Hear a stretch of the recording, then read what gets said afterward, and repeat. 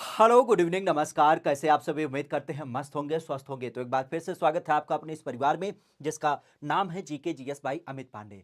खासा आज के दिवस की जब बात की जाए तो जिस एक पहलू के साथ हम यहाँ पे आपके जुड़ने वाले हैं, वो अपने आप में काफी महत्वपूर्ण है। और विषय संकल्पना आप भी जानते हैं कि राज्य स्पेशल परीक्षाओं को ही आधारित करते हुए ये पूरी संकल्पना आपको दिख मिलती है, जिसके अंतर्गत हम मुख्य रूप से बात करते हैं उन प्रश्नों के संदर्भ में जो हमारी परीक्षा के लिए भी काफी महत्वपूर्ण होते हैं।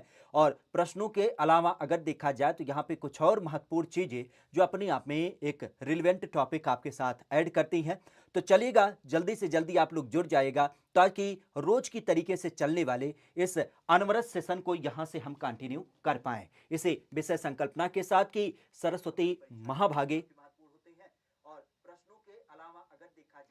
सरस्वती महाभागे विद्या कमलोचने विद्या रूपी विशालाक्षी विद्या देही नमोस्तुते।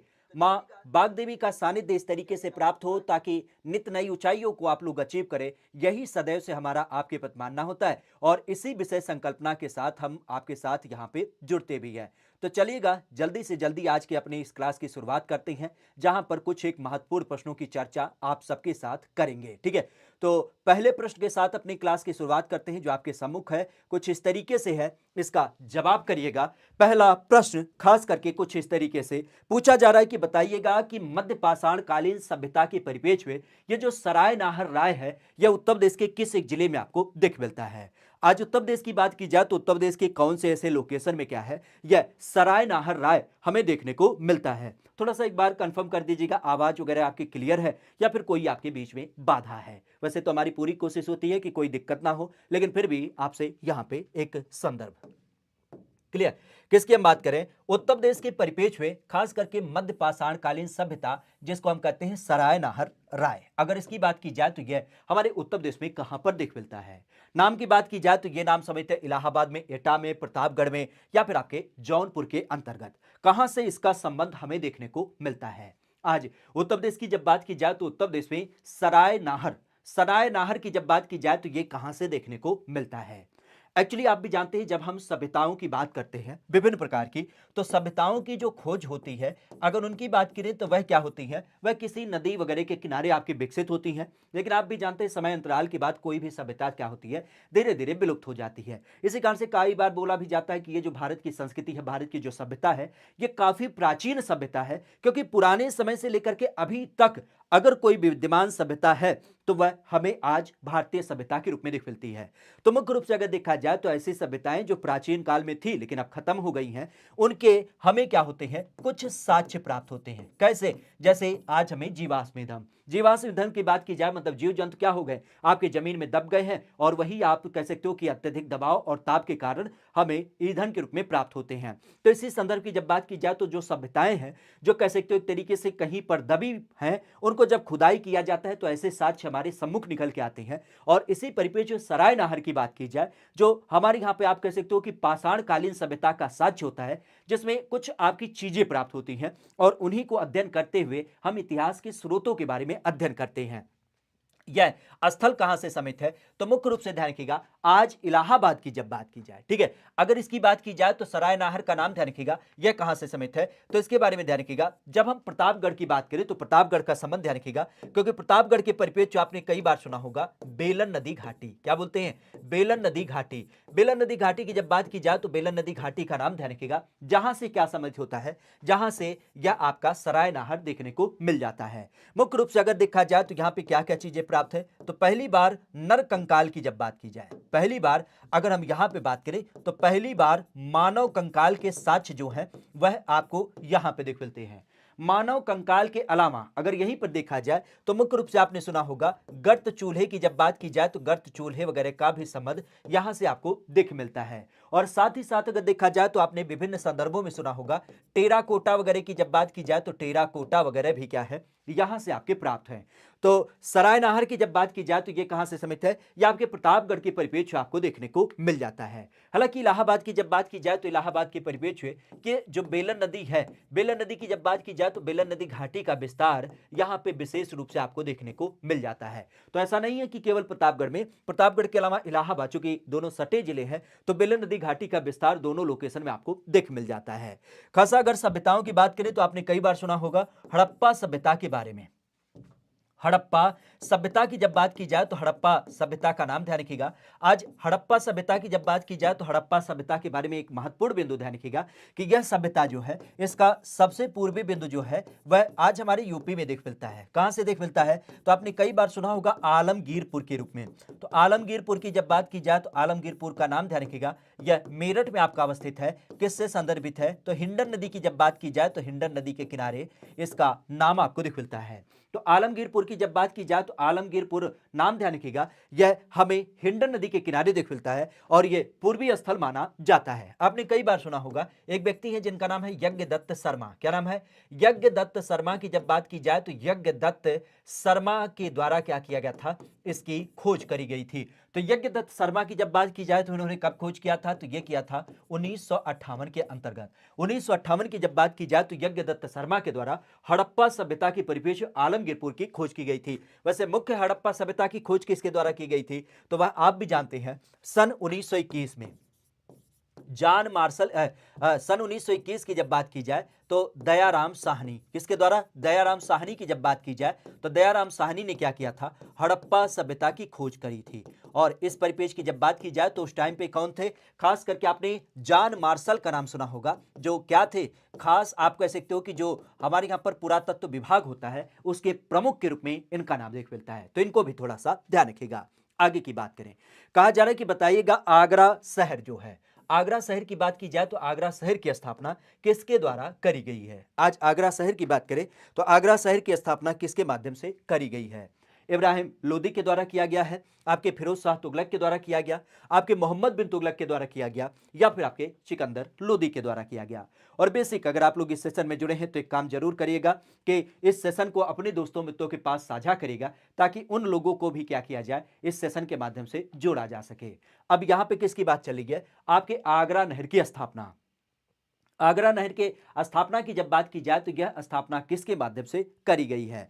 मुख्य रूप से अगर देखा जाए तो इब्राहिम लोदी, या फिर आपके फिरोज शाह तुगलक, या फिर आपके मोहम्मद बिन तुगलक, या फिर आपके सिकंदर लोदी। कौन से एक व्यक्ति होते हैं जिन्होंने क्या किया है?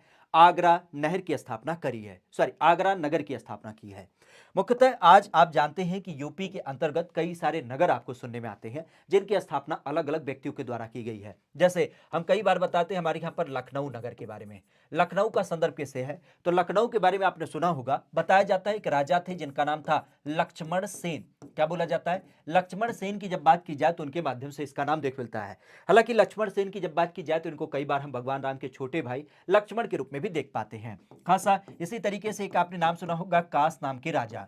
कास नाम के राजा की जब बात की जाए तो इन्होंने क्या किया था? इनकी जब बात की जाए तो इन्होंने बसाया था आज का जो आप काशी नाम सुन पाते हैं। काशी की जब बात की जाए तो काशी नगर की स्थापना आपके कास नाम के राजा के द्वारा की गई थी। तर्जों की जब बात की जाए तो आगरा की जब बात की जाए तो आगरा किसके द्वारा बसाया गया? तो यह आप जानते हैं हमारे यहाँ पर एक व्यक्ति आता है जिसका नाम होता है सिकंदर लोदी। सिकंदर लोदी की जब बात की जाए तो ये लोदी वंश का एक प्रमुख शासक था और इसने क्या किया था? सन 1504 में, कब? सन 1504 ईस्वी की जब बात की जाए तो सन 1504 ईस्वी में इसने आगरा शहर की स्थापना करी थी। वैसे मुख्य रूप से अगर देखा जाए तो एक नाम और ध्यान रखिएगा, चूंकि फिरोज शाह तुगलक की बात आ रही है तो इसने अपने चचेरे भाई मोहम्मद बिन तुगलक, क्या चचेरे भाई की जब बात की जाए तो चचेरा भाई जिसका नाम आता है मोहम्मद बिन तुगलक, जिसको हम कई बार क्या कहते हैं? जौना खान के रूप में जानते हैं, तो उसके नाम से एक शहर स्थापित किया था जिसका नाम था जौनपुर। ठीक है, तो जौनपुर की जब बात की जाए तो जौनपुर शहर की स्थापना आपके चचेरे भाई की याद में किसके द्वारा? फिरोज शाह तुगलक के द्वारा स्थापित किया गया था। अच्छा, नामों की जब बात की जाए तो फिरोज शाह तुगलक के द्वारा खास ध्यान रखिएगा आपके फिरोज कोट की भी स्थापना की गई। फिरोज कोट की जब बात की जाए फिरोज कोट की स्थापना की गई। इवन आप कह सकते हो कि हमारे यहाँ पर जो फिरोजाबाद है वह भी संबंधित इसी क्रम में आपको देखने को मिल जाता है। नामों की जब बात की जाए तो एक चीज और ध्यान रखिएगा, आज यूपी के परिप्रेक्ष्य आपने कुछ नाम सुने होंगे, जैसे गाजीपुर जिले का नाम। गाजीपुर का पुराना नाम थोड़ा सा ध्यान रखिएगा, क्योंकि गाजीपुर को हम लोग क्या बोलते हैं? गधीपुर के रूप में जानते हैं। क्या बोलते हैं? गधीपुर नाम दिया जाता है। और इसी तरीके से देखा जाए तो आपने हरदोई का नाम सुना होगा, इसे क्या कहा जाता है? तो इसको हरिद्रोही का नाम दिया जाता है। क्या? हरिद्रोही की जब बात की जाए तो हरिद्रोही के रूप में हरदोई को नाम दिया जाता है। और नामों की जब बात की जाए तो एक नाम और ध्यान रखिएगा, खास करके आपके फतेहपुर सीकरी के रूप में। फतेहपुर सीकरी, इसका संबंध किससे है? तो इसका संबंध आपको दिख मिलता है हमारे यहाँ पर सम्राट अकबर की जब बात की जाए तो इन्होंने क्या किया था, इस शहर को अपनी राजधानी बनाया था। तो फतेहपुर सीकरी का नाम ध्यान रखिएगा, जिसको अकबर के द्वारा क्या किया गया था, आपके राजधानी बनाया गया था। तो इस चीज को भी ध्यान रखिएगा, ठीक है। आगे की बात की जाए तो यहां ध्यान रखिएगा, आगरा के अंतर्गत लाल किले का निर्माण किसके द्वारा कराया गया? क्या है? आगरा के अंतर्गत लाल किले का निर्माण यह हमारे यहां पर कराया गया था। हाँ, सिराज ए हिंद जौनपुर को कहा जाता है। बिल्कुल इसी के ऊपर आपका एक क्वेश्चन भी था, अभी आपने आरओ यारो का पेपर दिया होगा। तो जौनपुर को क्या कहा जाता है? जौनपुर की जब बात की जाए तो जौनपुर को सिराज ए हिंद कहा जाता है, सिराज ए हिंद कहा जाता है। जहां पे सरकी शासन की जब बात की जाए तो सरकी शासन एक विशेष क्रम में आपको दिख मिलता है। और यहां पे अगर देखा जाए तो सल्तनत काल में खास करके आपने सुना होगा, यह मुस्लिम काल का एक विशेष केंद्र माना जाता है। मुस्लिम शिक्षा की जब बात की जाए तो मुस्लिम शिक्षा का केंद्र माना जाता है।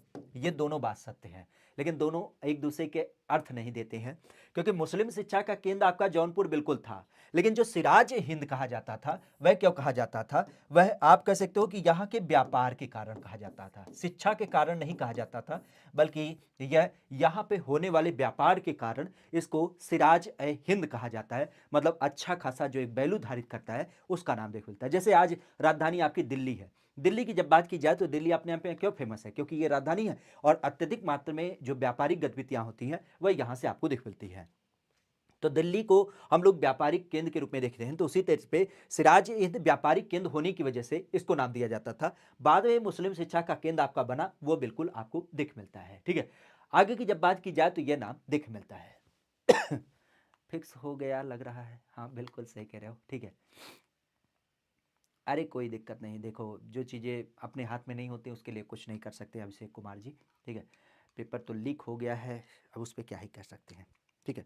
बस इतने कर सकते हैं, हमारी एक ही मांग होगी सरकार से कि जिस तरीके से उन्होंने एसटीएफ का गठन किया है, संभावित है कि इस परीक्षा को पूरी तरीके से कैंसिल कर दे और एक बार फिर से री एग्जाम की तरफ प्रेषित हों, क्योंकि यही एकमात्र उसका एक आधार हो सकता है। बाकी अब तो आप अपनी हाथों से सारी चीज़ों को निकाल चुके हैं ना, उसके लिए परेशान मत हो। चलिए, लाल किले की हम बात कर रहे थे, तो लाल किले के बारे में खास ध्यान रखिएगा, यह आपको देख मिलता है किसके माध्यम से? जब हम बात करते हैं आपके अकबर के माध्यम से। अकबर के माध्यम से 3 किलों का नाम ध्यान रखिएगा जो अपने आप में काफी महत्वपूर्ण होते हैं, खास करके एक आपके आगरा में लाल किला, ठीक है। तो आगरा की जब बात की जाए तो आगरा का लाल किला इनके द्वारा बनवाया गया है। और इस परिप्रेक्ष्य आपने सुना होगा जब हम बात करते हैं 1983, तो 1983 में क्या है, यह आपके यूनेस्को में भी शामिल है। इवन यहीं पर अगर देखा जाए तो अकबर के द्वारा एक और किला बनाया गया जिसका नाम है फतेहपुर सीकरी का किला। क्या है? फतेहपुर सीकरी का किला। फतेहपुर सीकरी की जब बात की जाए तो फतेहपुर सीकरी का किला यह संबंधित आपको दिख मिलता है कब? यह 1986 में आपका शामिल किया गया यूनेस्को के अंतर्गत। और साथ ही साथ अगर देखा जाए तो यहां पे ध्यान रखिएगा, एक नाम आता है आपके आगरा का किला। क्या? आगरा का किला। आगरा के किले की जब बात की जाए तो यह भी आपके अकबर के द्वारा बनवाया गया है। तो यह किसके द्वारा? यह आपके अकबर के द्वारा बनवाया गया है। बाकी अगर हम कुछ की बात करते हैं तो यहाँ पे क्या संदर्भ होता है, यहाँ पे नामों को ध्यान रखिएगा। आपने कई बार सुना होगा हमारे यहाँ पर जब हम शाहजहां की बात करें तो इसने क्या किया है, प्रमुख रूप से ताजमहल बनवा रखा है। ताजमहल के अलावा दिल्ली का लाल किला इसने बनवाया है, ठीक है। दिल्ली की जब बात की जाए तो दिल्ली का जो लाल किला है वह इसके द्वारा बनवाया गया है। और दिल्ली के अंतर्गत जब आप जामा मस्जिद की बात करते हैं तो जामा मस्जिद भी क्या है, यह इसके द्वारा बनवाया गया है। तो ये चीजें इसके द्वारा बनवाई गई हैं। और एक चीज और ध्यान रखिएगा, चूंकि अकबर की बात चली गई तो अकबर ने कुछ और निर्माण कार्य कराए हैं। कहां पे? आपके फतेहपुर सीकरी में। फतेहपुर सीकरी की जब बात की जाए तो फतेहपुर सीकरी में इसके माध्यम से कुछ और निर्माण कराए गए हैं। जैसे यहां पे पंचमहल इसने बनवाया है, यहाँ पे आप कह सकते हो कि जोधाबाई का महल इसने बनवाया है, ठीक है। साथ ही साथ अगर देखा जाए तो आपने सुना होगा किसके बारे में, मरियम की छतरी। मरियम की छतरी यहाँ पे बनवा रखी है। खास करके अगर देखा जाए तो बीरबल महल की जब बात की जाए तो बीरबल महल को इसने बनवा रखा है। और यहीं पर अगर देखा जाए तो आपने नाम सुना होगा किसके बारे में, शेख सलीम चिश्ती के बारे में। तो एक शेख सलीम चिश्ती की क्या है, यहाँ पर इसने दरगाह भी बनवा रखी है, ठीक है। तो शेख सलाम चिश्ती की जब बात की जाए तो उनकी दरगाह भी यहाँ पर इसने बनवा रखा है। तो इन चीजों को खास ध्यान रखिएगा, क्लियर। आगे की बात की जाए तो कहा जा रहा है कि प्राचीन काल के अंतर्गत अहिच्छद नाम का एक वर्तमान लोकेशन हमारे उत्तर प्रदेश में देख मिलता है। और इसकी जब बात की जाए तो यह आपको देखने को मिलता है कन्नौज, फर्रुखाबाद, इटावा या फिर बरेली। खासा हाँ बिल्कुल गुरु, क्या ही कहा जाए। ठीक है, यही तो एक राजतंत्र है और यही एक लोकतंत्र है कि जहाँ पे आप किसी बात की एक आवाज़ उठाते हैं, उसको पुख्ता करते हैं ना, आपको ही घेरे में रख दिया जाता है। अपने ऊपर कमी कोई नहीं निकालता है। जैसे अगर आप हमारे ऊपर टिप्पणी करें कि अरे गुरु जी आपने बगलिया से बरवा कटा लिया है, तो हम कहेंगे ओह माय गॉड, हमारा बाढ़ दिख रहा है, अपना बाढ़ नहीं देख पा रहे हो। तो यही संकल्पना है सरकार की। और इसीलिए कहते हैं कि हर एक व्यक्ति का क्या होता है, एक अंत होता है। ठीक है, अच्छी बात तो नहीं है, क्योंकि जब आपको कोई चीज़ बताई जा रही है कि ये सर्वथा गलत है, आप अपने तंत्र में थोड़ा सा झांक के देखिए ना।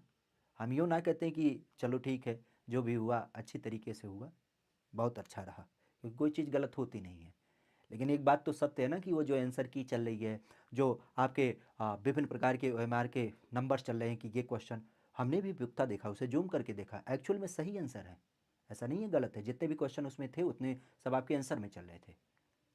इसका मतलब बच्चे तो गलत नहीं है। लेकिन ठीक है, आपने बहुत अच्छा किया।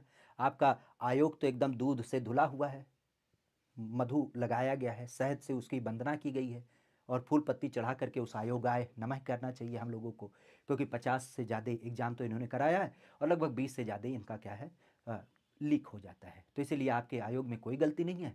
बाकी बच्चे तो भाई नादान ही हैं, क्योंकि उन्होंने अपनी बातों को उठाया है ना। तो पहले चरण में तो FIR उनके तरफ होना चाहिए। अरे ससुरा, नहीं तो हम सोचते हैं वो आयोग काहे के लिए बनाए हो, जिसको आपने इतना अधिकार दिया है कि आखिर किस एक बेस पे उसके व्यक्ति चुने जाते हैं कि जो लोग इन सर्वे पहले लीक कर देते हैं।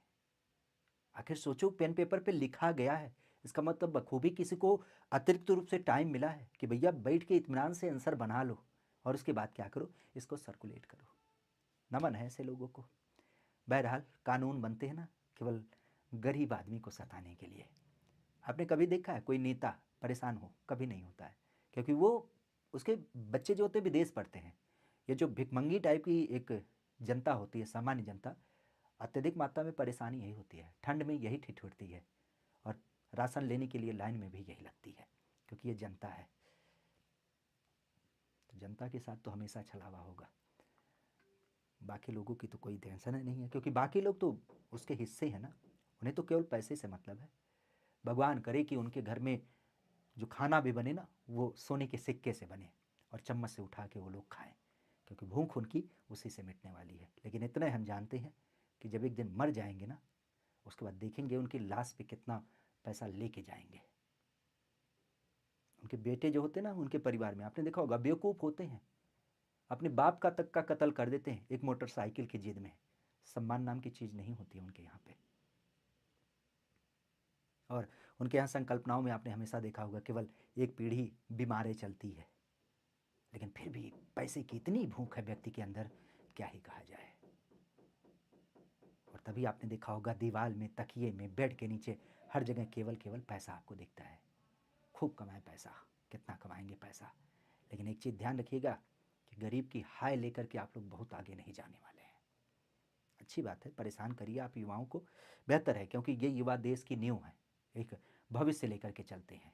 लेकिन जिस तरीके से आप लोगों का व्यवहार है ना, वो आपको आगे नहीं बढ़ने देगा, ये बात बिल्कुल सत्य है। बिल्कुल सत्य बात है। अकबर को हम सबसे महान मानते हैं, सबसे महान राजा तो हम अकबर को मानते हैं ना, क्योंकि उसकी संकल्पना बहुत बड़ी थी।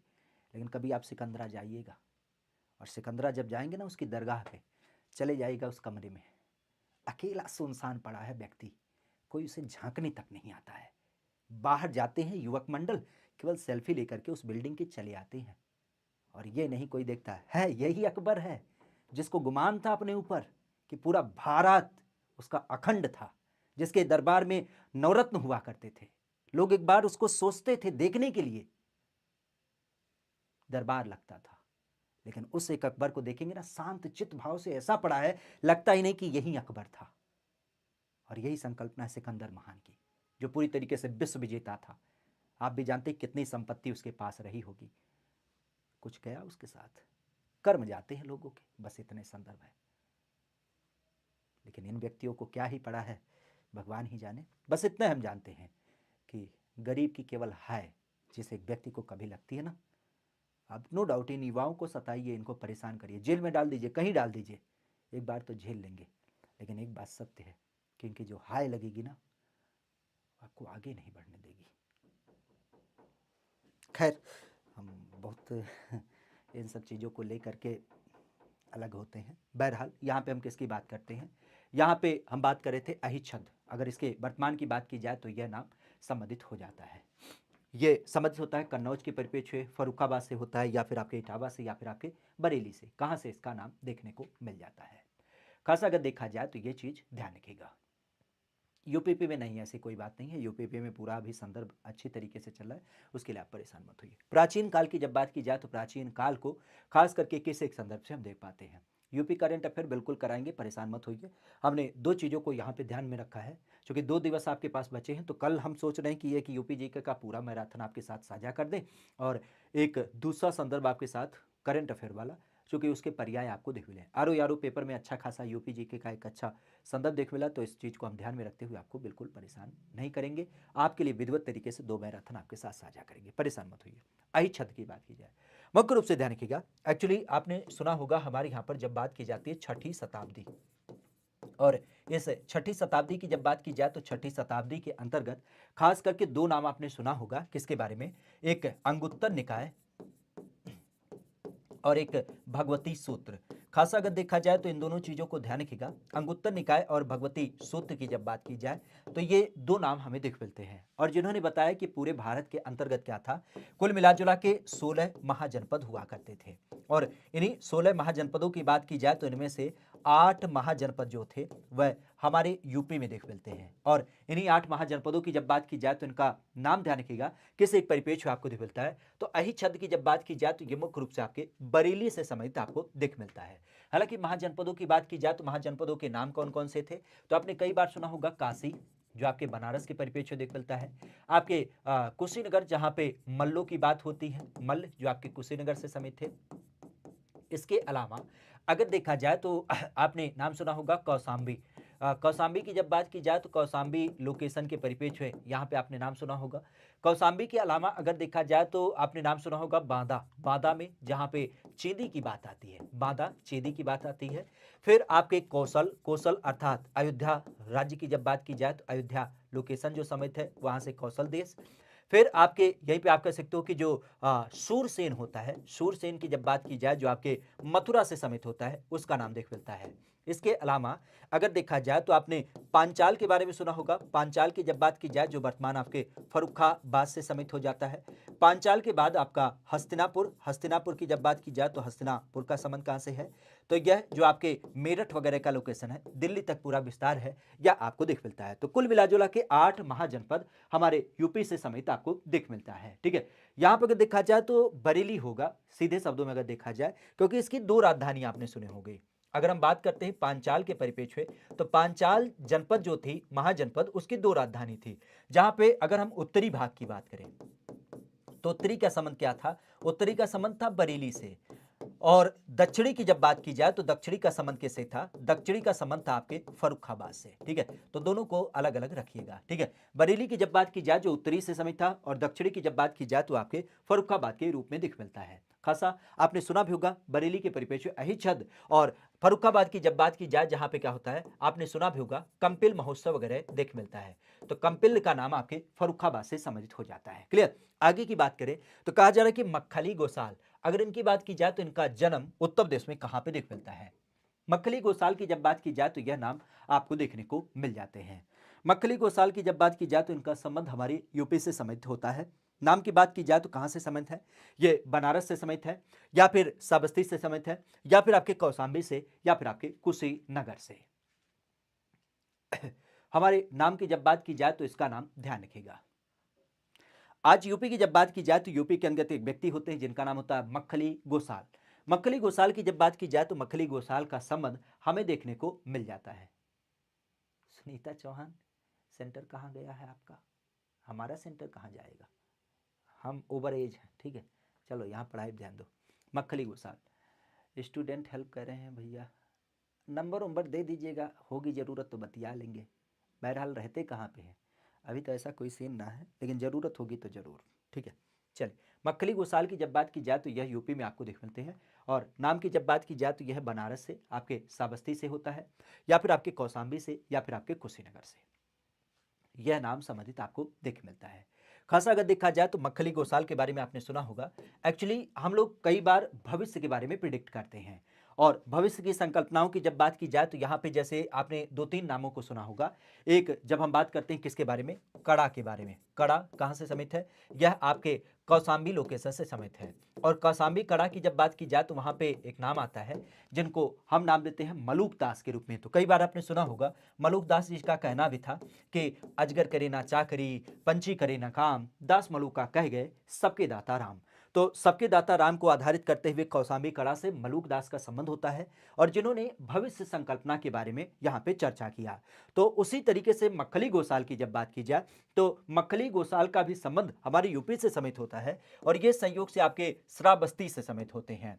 अगर इनकी बात की जाए तो इनके परिपेक्ष्य नाम ध्यान रखिएगा क्योंकि इनका नाम काफी फेमस होता है। जब हम अशोक के पिता की बात करते हैं बिंदुसार, तो बिंदुसार ने क्या किया था, बिंदुसार की जब बात की जाए तो ये इनसे संबंधित था और मुख्य रूप से अगर देखा जाए तो ये किसको मानते थे, भाग्यवादी विचारधारा को। ठीक है, भाग्यवादी विचारधारा की जब बात की जाए तो उसके मानने वाले थे और इस परिपेक्ष्य में देखा जाए तो इस परिपेक्ष्य क्या होता है, बिंदुसार से इनका नाम जुड़ जाता है। तो खासा ध्यान रखिएगा, मक्खली गोसाल की जब बात की जाए तो भविष्य की संकल्पनाओं को यहाँ पे दर्शाते हैं कि अगर भविष्य में होगा, अगर हमारी किस्मत में होगा तो उन सारी चीजों को लेकर के बिंदुसार खास करके जो अशोक के पिता माने जाते हैं। वैसे अशोक की बात की जाए तो अशोक का संबंध किससे था, अशोक ने तो अंतिम चरण में आपने देखा था कि इसने बौद्ध धर्म को अपना लिया था, लेकिन जब हम यहां पे बात करते हैं इसके पिता बिंदुसार, तो बिंदुसार का संबंध किससे होता है, तो ये आपके खास करके इस मक्खली गोसाल के धर्म को मानने वाले होते हैं, मतलब जो इनकी संकल्पना आपको देखने को मिल जाती है। क्लियर, क्योंकि आप भी जानते हैं जो छठी शताब्दी का दौर हमारे यहाँ पर देख मिलता है, ये एक तरीके से पुनर्जागरण काल कहा जाता है, जहां पे मुख्य रूप से आपने देखा है कि जैसे बौद्ध धर्म का उदय आपको देख मिलता है, जैसे आपने जैन धर्म का उदय आपने देखा होगा, और इसी तरीके से अलग अलग प्रकार के विचारधाराओं का यहाँ पे उगम होता है और इसी परिप्रेक्ष्य में मक्खली गोसाल का भी नाम देख मिलता है। क्लियर, आगे की बात की जाए तो एक नाम आता है भारत खंडे संगीत संस्थान। यह कहां पे आपका अवस्थित है, भारत खंडे संगीत संस्थान की जब बात की जाए तो यह यूपी में आपको देख मिलता है और इस नाम की जब बात की जाए तो यह बनारस में स्थित है, इलाहाबाद में स्थित है, लखनऊ में स्थित है या फिर आपके आगरा के अंदर दिख मिलता है। भारत खंडे संगीत संस्थान, अगर इस नाम की बात की जाए तो यह नाम संबंधित हमें दिख मिलता है। आज भारत खंडे की जब बात की जाए तो यह संबंधित हो जाता है। खासा अगर देखा जाए तो यह नाम किससे संबंधित होगा, देखिए दो लोग थोड़ा सा मतलब डिस्टर्ब हमें लग रहा है, एक तो स्टूडेंट हेल्प, ठीक है, आपने एक बार बता दिया, आपके कमेंट को हम देख लेते हैं, और दूसरे व्यक्ति हैं रुद्र सर, पाकिस्तान दरोगा भर्ती कब तक आएगी, इसके बारे में तो हमें जानकारी नहीं है, लेकिन इससे जानते और कोई दिक्कत नहीं है, आप भर भर के कमेंट करो, हमारा कुछ नहीं बिगड़ने वाला होता है। लेकिन सीन क्या होता है ना कि 4-6 बच्चे जो जुड़े होते हैं, जो आंसर करते हैं, उनके बीच में एक रोष आ जाता है और उनके जो वाजिब कमेंट होते हैं वो नहीं देख पाते हैं। ठीक है, तो थोड़ा सा इस चीज़ पे विशेष ध्यान रखें, करें ऐसी बात नहीं है, हमें कमेंट से तनिक दिक्कत ना होती है, लेकिन फिर भी थोड़ा सा लहजे में करेंगे तो और बेहतर होगा। ठीक है, निशांत पांडे आधार कार्ड पे मुंबई का एड्रेस है, एग्ज़ाम हाल में चलेगा कि नहीं, जब मुंबई का एड्रेस है तब कैसे चलेगा, मतलब हम ही को बकलोल बना रहे हो। ठीक है, अरे उसके अलावा कोई दूसरा कार्ड ले जाओ, मतदान कार्ड होगा, डीएल होगा, हाँ पेंशन कार्ड, राशन कार्ड, कुछ भी होगा ना, कोनो दूसरा कागज ले जाओ कि आधार कार्ड ले जाओगे। ठीक है, बम्बई का एड्रेस से तो नहीं जाने देगा। ठीक है, वैसे आधार कार्ड में जो एक वेरिफिकेशन करते हो आपका फ़ोटो देखते हैं, उसमें आपका नाम देखते हैं और डेट ऑफ बर्थ देखते हैं, बाकी एड्रेस के बारे में प्रूफिंग ना की जाती है क्योंकि एड्रेस तो उसमें था ही नहीं। तो इस दशा में आप ले भी जा सकते हैं, लेकिन रिस्क लेने से अच्छा है कि कोई वैलिड ले जाएं तो और बेहतर होगा। ठीक है, भारत खंडे संगीत संस्थान ये संबंधित हमें देख मिलता है। नाम की बात की जाए तो बनारस, लखनऊ, आगरा या कहाँ पे, तो मुख्य रूप से आपने भारत खंडे के बारे में सुना होगा। अगर इसकी बात की जाए तो इसका संबंध क्या होगा, तो ये मुख्य रूप से ध्यान रखिएगा सन 1926 में ये किस एक रूप में स्थापित किया गया था, तो 1926 की जब बात की जाए तो ये स्थापित किया गया था marriage college of Hindustani music. क्या था, marriage college of marriage college of Hindustani music की जब बात की जाए तो marriage college of Hindustani music के रूप में क्या की गई थी, इसकी स्थापना करी गई थी, जो खास करके राज्य के परिप्रेक्ष्य आप कह सकते हो कि हमारे यहाँ पर क्या होता है, हमारे यहाँ पर पहले चरण में कह सकते हो भारत देश का अर्थात यूपी का पहला एक संगीत के ऊपर आधारित, किसकी संगीत विधा की जब बात की जाए तो संगीत के ऊपर आधारित ये पहला विद्यालय भी माना जाता है। तो संगीत के ऊपर आधारित करते हुए पहला विद्यालय माना जाता है और इसकी जब बात की जाए तो इसका मुख्यालय कहाँ पे है, यह आपके लखनऊ के अंतर्गत दिख मिलता है। तो राजधानी लखनऊ की जब बात की जाए तो राजधानी लखनऊ में यह नाम प्रमुख रूप से देखने को मिल जाता है। यूपी के परिप्रेक्ष्य भारत खंडे संगीत संस्थान। अच्छा, खासा अगर देखा जाए तो इसी परिप्रेक्ष्य एक नाम और ध्यान रखिएगा, आपने कई बार सुना होगा हमारे यहाँ पर हिंदुस्तानी अकादमी। हिंदुस्तानी अकादमी की जब बात की जाए तो इसकी स्थापना कहाँ से समित है? तो हिंदुस्तानी अकादमी की जब बात की जाए तो यह आपको दिख मिलती है हमारे यहाँ पर प्रयागराज में, और प्रयागराज की जब बात की जाए तो प्रयागराज में इसकी स्थापना दिख मिलती है। नामों की जब बात की जाए, चूंकि भारत खंडे की बात चल रही है तो यही भी ध्यान रखिएगा, हमारे यहाँ पर आपने नाम सुना होगा किसके बारे में? भारतेंदु नाट्य अकादमी। आज भारतेंदु नाट्य अकादमी की जब बात की जाए तो ये कहां से समित है? तो यह भी आपके यूपी की राजधानी लखनऊ में दिख मिलता है, जिसकी स्थापना 1975 में की गई। अच्छा, इसी तर्ज पर अगर देखा जाए तो एक नाम और ध्यान रखिएगा, आपने कई बार सुना होगा भारत कला भवन। भारत कला भवन ये कहां से समित है? तो यह आपको दिख मिलता है बनारस के अंतर्गत। कहां पे? बनारस की जब बात की जाए तो वहां पे स्थापित है। अच्छा, एक नाम और ध्यान रखिएगा, कई बार आपने सुना होगा उत्तर प्रदेश राज्य संगीत नाटक अकादमी। अगर इसकी बात की जाए तो ये कहां पे स्थापित है? तो उत्तर प्रदेश संगीत नाट्य अकादमी की जब बात की जाए तो ये कहां से समित है? तो ये ध्यान रखिएगा, यह आपके राजधानी लखनऊ के अंतर्गत ही दिख मिलता है। अच्छा, संस्थानों की बात चल रही है तो एक संस्थान और ध्यान रखिएगा, कई बार आपने सुना होगा हमारे यहाँ पर संस्कृति संस्थान। तो संस्कृति संस्थान की स्थापना कब की गई? अर्थात संस्कृति विभाग या संस्कृति मंत्रालय की स्थापना कब की गई? तो संस्कृति मंत्रालय का नाम ध्यान रखिएगा, यह हमारे यहाँ पर स्थापित हुआ था 1957 में। तो 1957 की जब बात की जाए तो उत्तर प्रदेश के परिप्रेक्ष्य में क्या होता है, यह संस्कृति मंत्रालय आपको देखने को मिल जाता है। ठीक है, यही सारी चीजें पूछी गई थी। हाँ बिल्कुल, यही सारी चीजें पूछी गई थी। ठीक है, कहा जा रहा है कि नाट्य शास्त्र की रचना हमें देखने को मिलती है, यह किसके द्वारा की गई थी? नाट्य शास्त्र की रचना आपको देखने को मिल जाती है। ठीक है, इसीलिए तो कहते हैं कि इस क्लास में जुड़िए ना तो लहजा इतना डेवलप हो ही जाता है कि आपको आधार देख मिलता है। ठीक है, बहरहाल हम अपने संदर्भ में तो कुछ ना कह सकते, लेकिन इतना जरूर कहते हैं कि आपने दुनिया में कहीं भी पढ़ा हो, एक बार हमसे पढ़ेंगे तो अगर हमसे नहीं सीखा है तो दुनिया में कोई और आपको नहीं सिखा सकता। इतने सरल लहजे में ये बात बिल्कुल तय है, क्योंकि यूपी जी के घोर के पिला देते हैं, इतना तो हमें लगता है, और हमने उसका पर्याय देखा भी। आपके RO का जो पेपर रहा, नो डाउट हम यूँ ना कहते, देखिए दो चार चीज़ें तो आपकी ज़रूर इधर उधर होती हैं, हम इसको संदर्भित करते हैं, लेकिन फिर भी अगर तो थोड़ा सा भी आपने समय दिया है, कोई पीछे तो नहीं कर सकता है।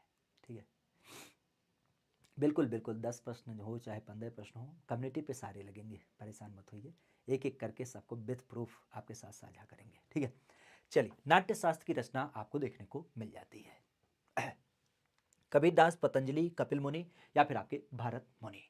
खासा अगर देखा जाए तो यह नाम समझ होता है, ये नाम समझ होता है नाट्य शास्त्र की रचना। और हमने कई बार बताया कि ये जो नाट्य शास्त्र संबंधित है, मुख्य रूप से अगर देखा जाए तो ये हमारे यहाँ पर संगीत विधा को लेकर के, संगीत विधा को लेकर के एक पहला शास्त्र माना जाता है, एक पहली पुस्तक मानी जाती है, और इसी कारण से हम इसे क्या बोलते हैं, इसे एक सामान्य शब्द में इसको संगीतज्ञों का बाइबल भी कहते हैं। क्या कहते हैं? संगीतज्ञों का इसे बाइबल भी नाम दिया जाता है। तो आज संगीतज्ञों के बाइबल की जब बात की जाए तो इसकी रचना किसके द्वारा है? तो यह आपको दिखती है भरत मुनि के माध्यम से। भरत मुनि की जब बात की जाए तो भरत मुनि का नाम ध्यान रखिएगा, इन्होंने नाट्य शास्त्र नाम की पुस्तक की रचना की है, जो संगीतज्ञों का बाइबल भी माना जाता है। अच्छा, मुख्य रूप से अगर देखा जाए तो संगीतज्ञों के बाइबल के परिप्रेक्ष्य में यहाँ पे संगीत विधा के बारे में पूरी चर्चा है, लेकिन एक विधा और ध्यान रखिएगा, कई बार आपने सुना होगा सामवेद के रूप में। सामवेद की जब बात की जाए तो ये किसकी चर्चा करता है? तो सामवेद के बारे में आपने सुना होगा, पहली बार जब हम संगीत के बारे में बात करते हैं तो संगीत के बारे में जो एक विशेष विवरण प्राप्त होता है वह कहां से प्राप्त होता है? तो वह आपके संगीत परिप्रेक्ष्य में सामवेद से प्राप्त होता है।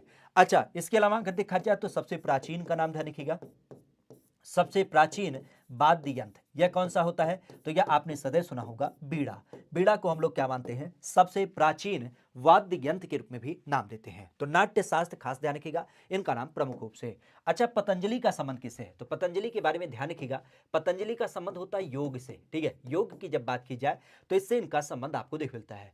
कबीरदास की जब बात की जाए तो कबीरदास का संबंध किससे है? तो यह आपके खलीलाबाद में देख मिलता है, हालांकि कबीर से नहीं, लेकिन आपने देखा था कि इसके बारे में एक क्वेश्चन पूछा गया था जब हम बात करते हैं आपके तुलसीदास के बारे में। आजकल हमने चर्चा में आपको शायद इन सबके नामों को विशेष चर्चा में रखा था कि जो रामायण के विशेष कैरेक्टर हैं उनके बारे में थोड़ा सा ध्यान रखिएगा, और शायद आपने ध्यान रखा तो बहुत अच्छा रहा। रामायण के कैरेक्टर की जब बात की जाए जिसमें वाल्मीकि के नाम पे तो आपका एयरपोर्ट स्थापित किया गया, वशिष्ठ के नाम पे बस्ती का नगर वशिष्ठ नगर करने की बात की गई। लेकिन जब हम तुलसीदास की बात करते हैं, जो एक प्रमुख व्यक्ति माने जाते हैं, किससे समित होते हैं, यह आपके रामचरितमानस के लेखक होते हैं। लेकिन रामचरितमानस के लेखक की जब बात की जाए तो इनके बारे में पूछा गया कि ये संबंधित कहां से थे, तो आप भी जानते हैं इनका संबंध कहां से है। तो ये चित्रकूट जिले में आपने सुना भी होगा, यहां पे नाम पड़ता है राजापुर। तो चित्रकूट के राजापुर जिले से इनका संबंध हो जाता है। और खासा आपने सुना होगा, इनकी बात की जाती है तो आपने राम बोला का नाम सुना होगा। तो राम बोला दुबे इनके बचपन का नाम था। इवन अगर देखा जाए तो परिपेश के रूप में आप भी जानते हैं इन्होंने क्या किया था। इनकी जब बात की जाए तो इन्होंने रामचरितमानस की रचना की थी। और मुख्य रूप से अगर देखा जाए तो ये कहां से पढ़ते हैं, तो बनारस की जब बात की जाए तो बनारस में इन्होंने क्या किया था, इस पुस्तक की रचना भी करी थी। तो इस चीज को थोड़ा सा ध्यान रखिएगा। क्लियर। आगे की बात की जाए तो एक नाम आपको दिख मिलता है कि देवगढ़ के अंतर्गत दशावतार मंदिर हमें उत्तर प्रदेश में दिख मिलता है। और इस उत्तर प्रदेश के परिप्रेक्ष्य में यह नाम सम्मिलित होता है। क्या है, देवगढ़ का दशावतार मंदिर। खास अगर देखा जाए तो यह सम्मिलित हो जाता है। आज उत्तर प्रदेश की जब बात की जाए तो उत्तर प्रदेश के परिप्रेक्ष्य में देवगढ़ का दशावतार मंदिर, देवगढ़ के दशावतार मंदिर की जब बात की जाए तो यह नाम सम्मिलित होता है। महोबा से, कानपुर से, ललितपुर से, जालौन से।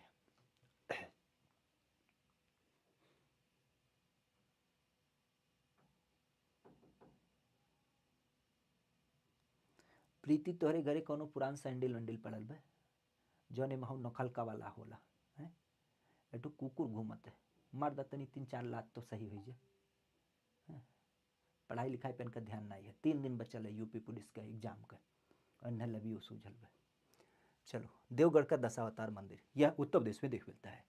खासा अगर देखा जाए तो महोबा, कानपुर, ललितपुर या फिर आपके जालौन में।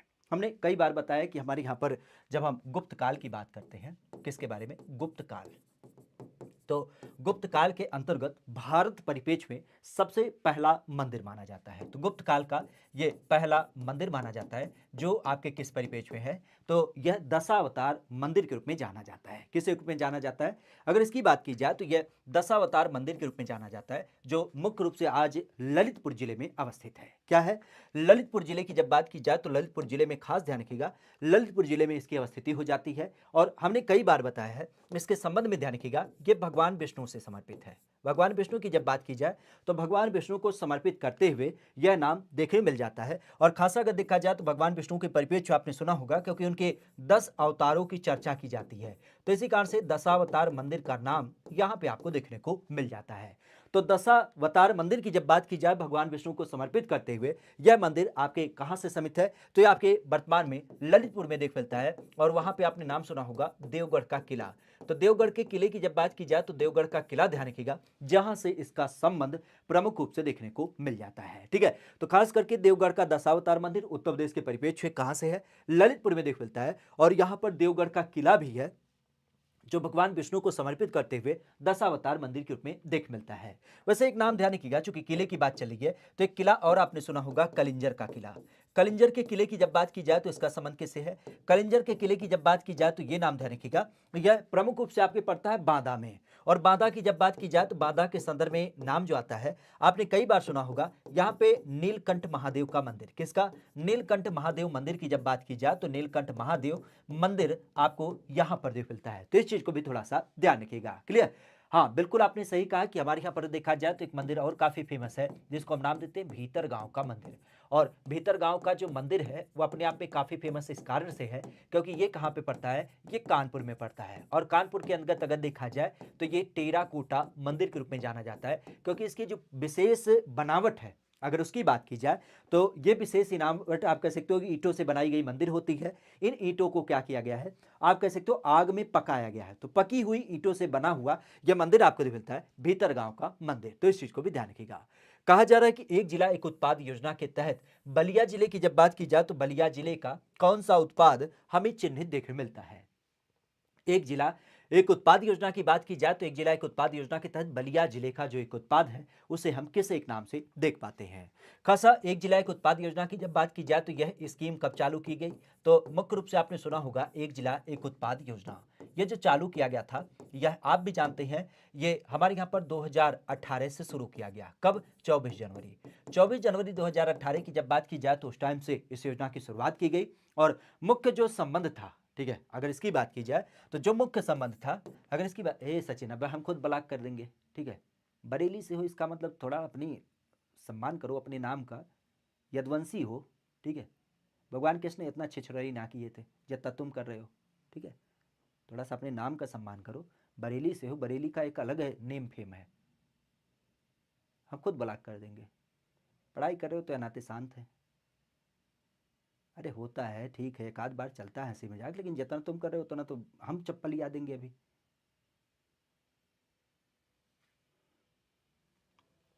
एक जिला एक उत्पाद खास ध्यान रखिएगा, 24 जनवरी 2018 से इसकी शुरुआत की गई। मुख्य रूप से अगर देखा जाए तो आप भी जानते हैं इसके अंदर चुना किया गया था कि जितने भी आपके राज्य के परिप्रेक्ष्य जिले होंगे तो उन एक एक जिलों से क्या होगा, एक एक उत्पाद आपके चिन्हित किए जाएंगे। तो एक उत्पाद को चिन्हित करते हुए उसको बड़े लेवल पे प्रमोट किया जाएगा। अब इस बिंदु की जब बात की जाए तो इस बिंदु के लिए क्या चिन्हित किया गया, तो नामों की जब बात की जाए तो अलग अलग लोकेशन से अलग अलग बिंदु आपके चिन्हित है। जैसे बलिया की जब बात की जाए तो बलिया से क्या है, बलिया से आपके बिंदी का चुनाव किया गया है, ठीक है। बलिया की जब बात की जाए तो बलिया से आपके बिंदी से चुनाव देख मिलता है। हालांकि नामों की जब बात की जाए तो अभी आपने सुना था काला नमक चावल पूछा गया था। काला नमक चावल ये कहां से समित है, तो काला नमक चावल की जब बात की जाए तो आपके सिद्धार्थनगर जिले से संबंधित हो जाता है। अच्छा, औरैया के बारे में पूछा गया था, औरैया का क्या उत्पाद है, तो औरैया की जब बात की जाए तो यहां पे आपको देसी घी देखने मिलता है, ठीक है। देसी घी की जब बात की जाए तो आपको मिलता है। शायद कानपुर के बारे में या आगरा के बारे में पूछा गया था, तो यहां से क्या है, यहां पे आपको चर्म उत्पाद देखने को मिल जाता है, ठीक है। तो चर्म उत्पाद की जब बात की जाए तो आपके कहां से देख मिलता है, या आपके कानपुर से दिख मिलता है। और साथ ही साथ बिल्कुल आपने सत्य कहा कि अमरोहा की जब बात की जाए तो अमरोहा से क्या होता है, अमरोहा से आपके ढोलक अर्थात संगीत वाद्य यंत्र देख मिलता है। गुड़ की जब बात की जाए तो यह आपके सीतापुर से समित होता है। और इवन आप कह सकते हो कि जो हमारे फैजाबाद अयोध्या का लोकेशन है वहां से भी इसका संबंध आपको दिख मिलता है। तो इस चीज को खास ध्यान रखिएगा। हमारे यूपी की जब बात की जाए तो हमारे यूपी में ये सारे नाम देख मिलते हैं। पशु मेला, आज उत्तर प्रदेश की जब बात की जाए तो उत्तर प्रदेश के किस एक जनपद में हमें पशु मेला देखने को मिल जाता है। नाम की जब बात की जाए तो यह संबंधित हो जाता है इलाहाबाद के रूप में, या फिर आजमगढ़ के रूप में, या फिर यहीं पे आप कह सकते हो कि बटेश्वर, या फिर आपके बनारस में, ठीक है। अगर इसकी नाम की बात की जाए तो यह नाम संबंधित हो जाता है, ठीक है। ओम सचिन कुमाराय नमः स्वाहा। चला गया क्या, स्वाहा हो गया, अरे क्या भाई सचिन, हम सोच रहे थे कि तुम लंबे समय तक रहोगे, लेकिन तुम्हारी तो जीवन दशा में कह सकते हो कि एक यहाँ पे हमें समय काल दिखा और वो बड़ा नकारात्मक चल रहा था। तुम्हारे ऊपर यमराज का बिल्कुल दक्षिण वंशु जो एक चक्षु होता है उसकी एक विशेष संकल्पना थी। खैर, हम लोग 1 मिनट का नहीं या कुछ सेकंड का भी शोक नहीं मनाएंगे, क्योंकि ऐसे व्यक्तियों को चला जाना ही संसार के लिए बेहतर होता है। तो इस दशा में शोक मनाने के लिए कुछ बचता ही नहीं है। क्वेश्चन की तरफ देखते हैं। पशु मेला यह उत्तर प्रदेश में आपको दिख मिलते हैं। आज पशु मेले की जब बात की जाए तो इसका संबंध क्या होता है, इलाहाबाद, आजमगढ़, बटेश्वर, या फिर आपके बनारस के रूप में। नाम की जब बात की जाए तो यह संबंधित हो जाता है। तो मुख्य रूप से ध्यान रखिएगा, हमारे यहाँ पर जानवरों के ऊपर जो आपके मेला लगता है, अगर उनके नामों की बात की जाए तो पहला तो नाम ध्यान रखिएगा ददरी का मेला। ददरी का मेला, ददरी का पशु मेला जो लगता है वो खासा कहाँ पे लगता है, तो ये आपके बलिया में लगता है। और इसी तर्ज पर अगर देखा जाए तो हमारे यहाँ पे आपने नाम सुना होगा किसके बारे में, आपके उत्तर प्रदेश में नौचंडी मेला, ठीक है, नौचंदी मेला। अच्छा ध्यान रखिएगा, इसको कंफ्यूज मत करिएगा, क्योंकि ये जो नौचंदी मेला लगता है ना, अगर इसकी बात की जाए तो ये हमारे यहाँ पर किससे समित होता है, तो इसे हम नौचंडी मंदिर के रूप में जानते हैं। एक्चुअली देवी नौचंडी का मंदिर है, तो इसी कारण से कई बार नौचंडी मेला के रूप में भी नाम दिया जाता है। तो ये कहाँ से समित है, ये आपके मेरठ में पड़ता है, और ये हिंदू मुस्लिम एकता का त्यौहार भी है, और खासा अगर देखा जाए तो पशुओं के ऊपर लगने वाला एक विशेष मेला भी होता है। इसके अलावा अगर देखा जाए तो एक नाम आपका आता है जिसको हम कहते हैं बटेश्वर का मेला। आज बटेश्वर मेले की जब बात की जाए तो ये किससे समित है, तो यह ऊंटों के संदर्भ में लगने वाला ऊंटों का मेला इसे नाम दिया जाता है। अब इस ऊंटों के मेले की जब बात की जाए तो इसका संबंध कैसे होता है, तो मुख्य रूप से ध्यान रखिएगा, ये जो ऊंटों का मेला है ये आपके बटेश्वर में लगता है। और आज बटेश्वर की जब बात की जाए तो यह आपके आगरा में पड़ता है।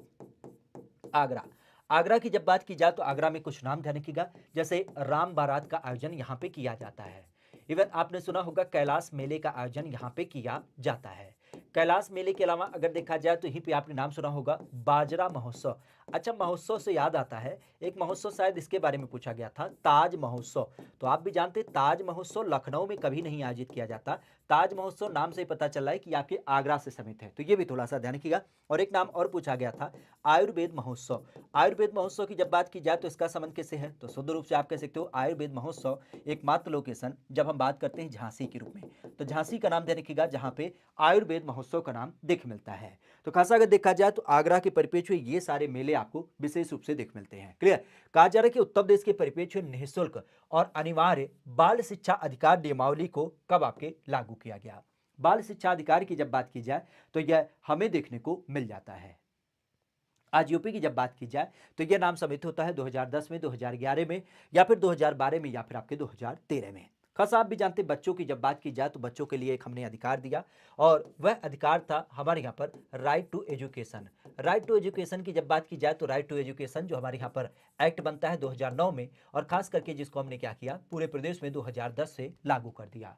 मुख्य रूप से अगर देखा जाए तो इस परिप्रेक्ष्य आपने सुना होगा, इसके लिए हमने क्या किया था, 86वां संविधान संशोधन भी किया था, खास 2002 के अंतर्गत, जिसका हमारा वाले था कि 6 से लेकर के 14 वर्ष के जो बच्चे होते हैं उन नौनिहालों को क्या करना है, निःशुल्क शिक्षा देना है। और इसी निःशुल्क शिक्षा की जब बात की जाए तो इसी निःशुल्क शिक्षा को हमने क्या किया, संविधान के अंतर्गत आपने सुना भी होगा, खास जब हम बात करते हैं आपके 51 का के परिप्रेक्ष्य में जो आपका 11वां मूल कर्तव्य होता है, क्या होता है हमारे यहाँ पर 11वां मूल कर्तव्य होता है, उस मूल कर्तव्य के अंतर्गत इसको हमने ऐड भी किया है।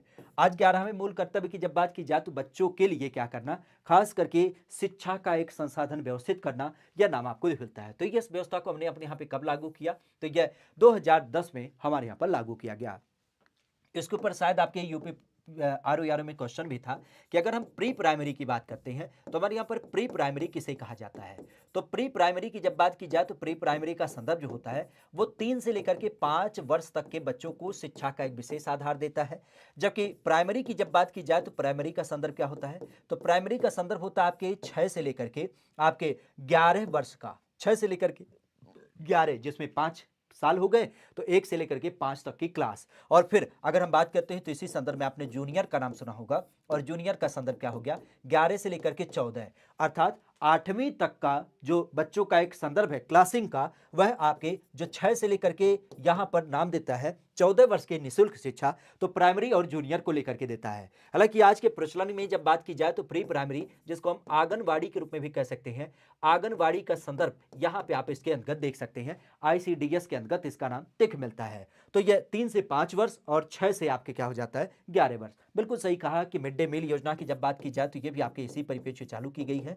1995 की जब बात की जाए तो पहली बार आपके केरल में चालू हुआ, और मिड डे मील योजना की जब बात की जाए तो अब इसको पीएम पोषण भी नाम दे दिया गया है, पीएम पोषण, जो खास करके 2022 से, तो पीएम पोषण 2022 से इसका नाम देखने को मिल जाता है। ठीक है, आगे की बात की जाए तो एक नाम आता है कि शेख फैजी। अगर इनकी बात की जाए तो इनका संबंध उत्तर प्रदेश से दिख मिलता है। ठीक है, शेख फैजी की जब बात की जाए तो इनका संबंध उत्तर प्रदेश से देखने को मिल जाता है। परमवीर जी, हाँ बिल्कुल आए थे, क्वेश्चन आए थे। ठीक है, अगर आपने यूपी के बारे में अध्ययन किया था पिछले संदर्भों में, आप कह सकते हो कि 1 महीने का पूरा पूरा आपने क्लास देखा होगा, तो अच्छी खासी संकल्पना आपने देखी होगी। ठीक है, बहुत सारे प्रश्न आपके सामने थे और उसको साझा करेंगे हम आपके साथ। ठीक है, शेख फैजी, इनका संबंध आपके यूपी से होता है। यूपी की जब बात की जाए तो यूपी के संदर्भ में अलीगढ़, आगरा, फर्रुखाबाद या फिर आपके कन्नौज से। तो शेख फैजी के बारे में आपने सदैव सुना होगा। पहली बात तो ये ध्यान रखिएगा, अकबर की जब बात की जाए तो अकबर के दरबार में नवरत्न रहा करते थे, और अकबर के दौरान की जब बात की जाए तो नवरत्नों के अंतर्गत कई सारे फेमस लोगों का नाम आपको दिख मिलते हैं। और इन नामों की जब बात की जाए तो इन नामों का नाम ध्यान रखिएगा, इनका संबंध होता है आगरा से। कहां से, आगरा की जब बात की जाए तो आगरा से इनका नाम ध्यान रखिएगा। खासा अगर देखा जाए तो इस परिपेश में क्या बोलते हैं, तो आपको कई बार हमने बोला है अकबरनामा के लेखक। ठीक, अकबरनामा की जब बात की जाए तो अकबरनामा के लेखक के रूप में इनका नाम प्रमुख रूप से देख मिलता है।